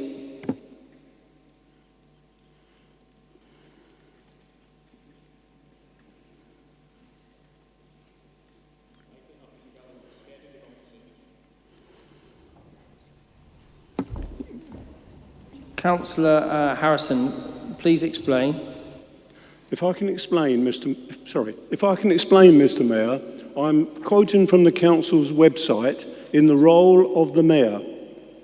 The Mayor has responsibility to chair meetings without political affiliation to ensure all points of view have a fair opportunity to be heard and that all procedures and rules are adhered to. Now, my view is you should not be further heard because you haven't obeyed the rules of the Mayor, which are on... Councillor Harrison... I second it. Councillor Harrison, it's not a motion, it's a point of order, and I don't accept the point of order. No, I know you don't accept it because... Article 5, 2B, is for me to promote the Constitution. The ruling on the interpretation, the application, is for the Mayor, and there shall be no challenge to the decision of the Mayor. That's but I suggest you read what's on the website in the role of the Mayor then, and you adhere to it. So I'm now going to move on, please, to Councillor Ferguson's motion at D. Councillor Ferguson, do you have a seconder for your motion? Thank you. So if you'd like to speak to your motion, Councillor Ferguson. Thank you, Mr. Mayor, and I must say I'm impressed that we get to be able to debate this motion knowing what this administration thinks about democracy. But before I start, I want to pay tribute to all youth workers across the borough. They are all absolute heroes, driven by an absolute commitment to driving public service and giving the best to young people across the borough. Thank you for all your work. But put simply, there are not enough of you. And there is not enough provision at the point of need. And we have been let down by a government nationally that has reduced the funding available to youth services nationwide. Over 70% of funding has been cut to youth services since 2010. What thought process went into this? And cuts have consequences. When youth services are cut, education and employment prospects reduce. Community safety reduces. Concern about antisocial behaviour goes up. Youth services have a real impact on the lives of young people. And an investment in youth services is an investment in all of our futures. And I was proud to be part of an administration that prioritised the life chances of the next generation, something we should all have come into politics to do. It's something that should all be an aspiration for all of us to enhance the life prospects of the next generation. When I was elected to this council 3 years ago, in my first surgery, I had a parent that came to me that said, there isn't enough for young people to do. And they were right, because there isn't. Not because of youth workers, but because of political decisions. And in administration, we developed plans to work with a national partner that has a proven track record of success of creating youth zones in towns similar to Basildon. Their criteria, making sure they're accessible, making sure there's demand, and making sure it's youth-led. Those should be the same criteria that should be put forward for any facility that seeks to support our residents. And Mr. Mayor, it will come to no surprise of all of us here that 12 years ago, members of this council agreed on a facility that provided sports, leisure, fitness and activity, the very building that we're in today. The very building that cost 10 times the amount of the youth zone. The youth zone and the criteria that we apply for the youth zone of accessibility, demand and youth-led, if it was down to that, we wouldn't be here having this meeting today. If I hear from the administration what they would have created 12 years ago, according to their criteria, would have been an app to tell us where the local gym is. But 12 years ago, we decided to invest in sports facilities, this facility that we see today. But that criteria of accessibility, demand and youth-led, you can't get more accessible than the town centre opposite the train station. In terms of demand, you can't ignore 74% of young people across this borough that completed the consultation, that support it, that would use the youth zone. It's something that they wanted, and it's something that they would go to, and I want to thank all members that were involved in shaping it. I want to thank all the young people across the borough that were involved in shaping this project that would, as I've said, simply transform the lives of young people. We worked with a national partner that has a proven track record at building and developing youth zones, with an independent evaluation that highlighted increased well-being, that highlighted the level of job prospects that have increased by up to 72%.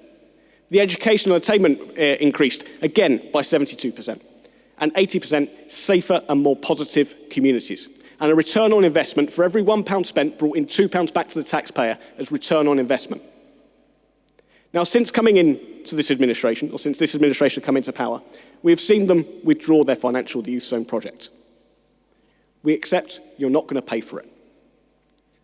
But, to quote the Committee of Commercial and Resources, the Committee Chair for Commercial and Resources, if somebody else wants to pay for it, we will not stand in their way. To quote the Committee Chair for Communities and Wellbeing, if somebody else wants to pay for it, we will bite their hand off.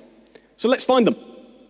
What this motion tonight is seeking to do is work on a cross-party basis to prioritise our young people, to be able to seek that external funding that we need to be able to deliver the youth zone that will transform young people's lives. It will allow us to work in a cross-party way that can put in place a delivery plan for the youth zone, to identify sources of funding available and put in place a project that will excite and transform young people's lives. You've said you're not against the youth zone, you're just against its funding. So I'm hoping that with the tentative support that you've offered tonight, we can work together to have a cross-party basis, have a working group that meets to make sure that we deliver the youth zone that our young people need and deserve. Young people across this borough have been let down for too long. And they felt the impact of the last 18 months like all of us. They need a centre like this to provide opportunities of which the whole community will get to benefit. With the youth zone, communities feel safer. Education attainment increases. Job prospects go up. Individuals' well-being increases. So let's put party politics to one side. Let's work together in the borough's interest to deliver a youth zone that will transform the lives of young people. Thank you, Mr. Mayor. Councillor Baggott. You've got a second. I thought you're seconding, yes? Do you want to speak now? Yes, please. Thank you, Mr. Mayor. The youth zone is a fantastic idea. If the new administration don't want to fund it, fine, that's their choice. However, It's only fair that they look in to see if this can be privately funded. Onside can look into this. Companies were willing to put money forward before. They're probably going to be willing to put money forward now. Do not cut off your nose to spite your face because you don't want to pay for it. Give the youth zone a chance. The administration needs to give Onside a chance to find the funding. You need to create the cross-party group, keep in contact, see if there's other ways that you can help look into this. Don't let it die in a ditch. Keep it alive. Try and get the funding another way. Thank you. Thank you. Councillor Baggott. Thank you, Mr. Mayor. I think it's time to take a reality check, and I do wonder from what Councillor Ferguson and Councillor George said, whether they've been fully informed about the youth centre and how involved they were with the conversations with Onside. Because Councillor Ferguson's absolutely right. We said, if somebody came with the money and somebody came with the ongoing funding, we would bite their hand off. Absolutely right. Now, when I met with Onside, and I met with them with Councillor Headley, Councillor Sargent, when we articulated the reasoning behind why we couldn't fund it, and when we asked them about the money that we'd been told that, the words that the previous leader used were, his office was being queued up, they were banging the door down to actually provide money. Not a smidgen, not a single amount of money had been pledged or promised by anybody. I said to them, I said, well, okay, let's think outside the box, and I'm paraphrasing this here, so if I've got it wrong, Councillor Headley and Councillor Sargent, please forgive me. I said, why don't we see what we could do to work together to see what other funding there might be available. Let's do a project, let's get together. You've got the experience as a charity, let's have a look. There could be trust funds, there could be educational grants, there could be trusting. Let's have a look how we could potentially do that. Their response was, sorry, no. We're not going to spend the time looking for something which we don't believe exists. We're very sorry, but the reality is our business model is to get the money from a local council and any business that we can get the money from. And the idea of going out and trying to find extra funding doesn't fit our business model. So with great reluctance, we're not going to pursue this as a project. Now those are their words. Their words. We're not going to pursue it. We don't believe there's anything out there. And you very much are having a dead duck here, which you've rapidly got the defibrillators on, trying to revive, and it's dead. Now what we've taken the view, which you didn't take, was let's actually really speak to youth. Let's find out what interests youth, what they want. Let's come up with something that could be innovative, that works for youth, and let's actually produce something that we can, because the one thing I do agree with you is that it is very important and youth are vital to our culture as a society, that we support them in providing something for them where they can go enjoying the things that they want to enjoy safely, at a realistic price, and actually make something that fulfills them in their leisure time. And I'm all for that. And I know the Councillor Headley's indicated, and I'm sure I'm probably going to steal some of what he says.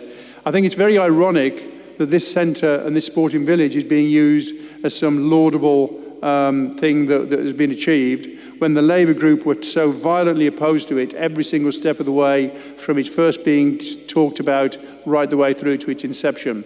So I really think there needs to be a reality check here from what's coming out of the mouths of the opposition and start to recognise that they had a very, very flawed plan in the first place that wasn't communicated well with youth, and where the only game in town for them was to spend £4.2 million on a building and a £500,000 ongoing revenue cost. No other thought came into it, and my understanding, having spoken to my colleague Councillor Canham, is that a lot of the funding for the youth zone is going to be predicated on the Gotham City monstrosity of the town centre.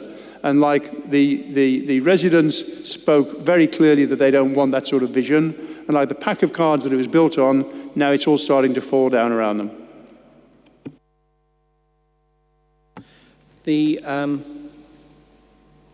We've reached 11:30, therefore I will ask Councillor Ferguson to wind up, and then we'll go to the vote. Thank you, Mr. Mayor. To be asked a question how fully informed I was in the youth zone, I was. I believed in it, I still do, and I believe in the young people across this borough to deliver a project that will excite and transform their lives. He references a meeting with Onside that he's had, and to be honest, the attitude that we've seen from the Conservative administration since coming into administration in May with their views on the youth zone, it's no surprise that when you say to them, can you find us the money, that they're going to say that's not our business model. Onside wants to see leadership. They want to see people that believe in the youth zone project. And unfortunately, we've seen tonight that is not this administration. We've seen tonight an administration that said, we will believe in the youth zone, we will go ahead with it if somebody else wants to pay for it, but we don't even want to go out and meet the people that are going to pay for it to persuade them to do so. Absolute abdication of responsibility, giving up on the lives of young people across this borough. Put simply, you are letting them down, and we will never, ever forget that. To be able to use the sporting village, you say I was lauding it, I was actually pointing out the very criteria that you've set against the youth zone meant that this wouldn't be built. It's built on the wrong side of the park. It's completely inaccessible. And it also means that lots of people across Basildon can't actually access it. Certainly, as we heard from the public questions earlier tonight, that young people across Basildon can't access it. So your whole speech tonight, where you've been saying time and time again, we're not against the youth zone, we're just against the funding of it, what we actually see tonight is that you are against the youth zone, you are against our young people, and you don't want to give them opportunities that would transform their lives. Absolutely shameful. So I say to like-minded members of the Conservative group, believe in the youth zone. Believe in the impact that it will have. Allow it to transform young people's lives. Don't give up on it. We're not saying you've got to pay for it. What we are saying is we've actually got to do a little bit of work to try and get people to pay for it for us. So vote for this amendment, or vote for this motion tonight. Set up the cross-party working group. We can work together. We can work together to get the external funding that we need to deliver a centre that will transform young people's lives. Do it. You know it's the right thing to do. Those in favour of the motion, please show.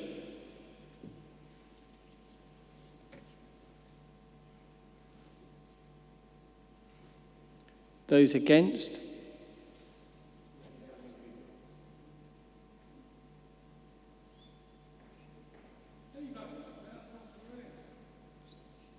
Any abstentions?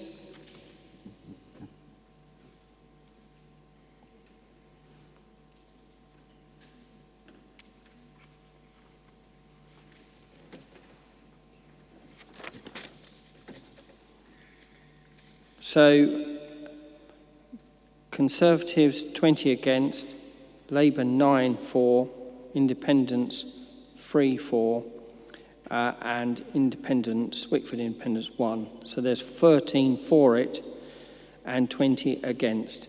The motion is lost. 2 abstentions, sorry. That brings the meeting to a close. Thank you very much, members.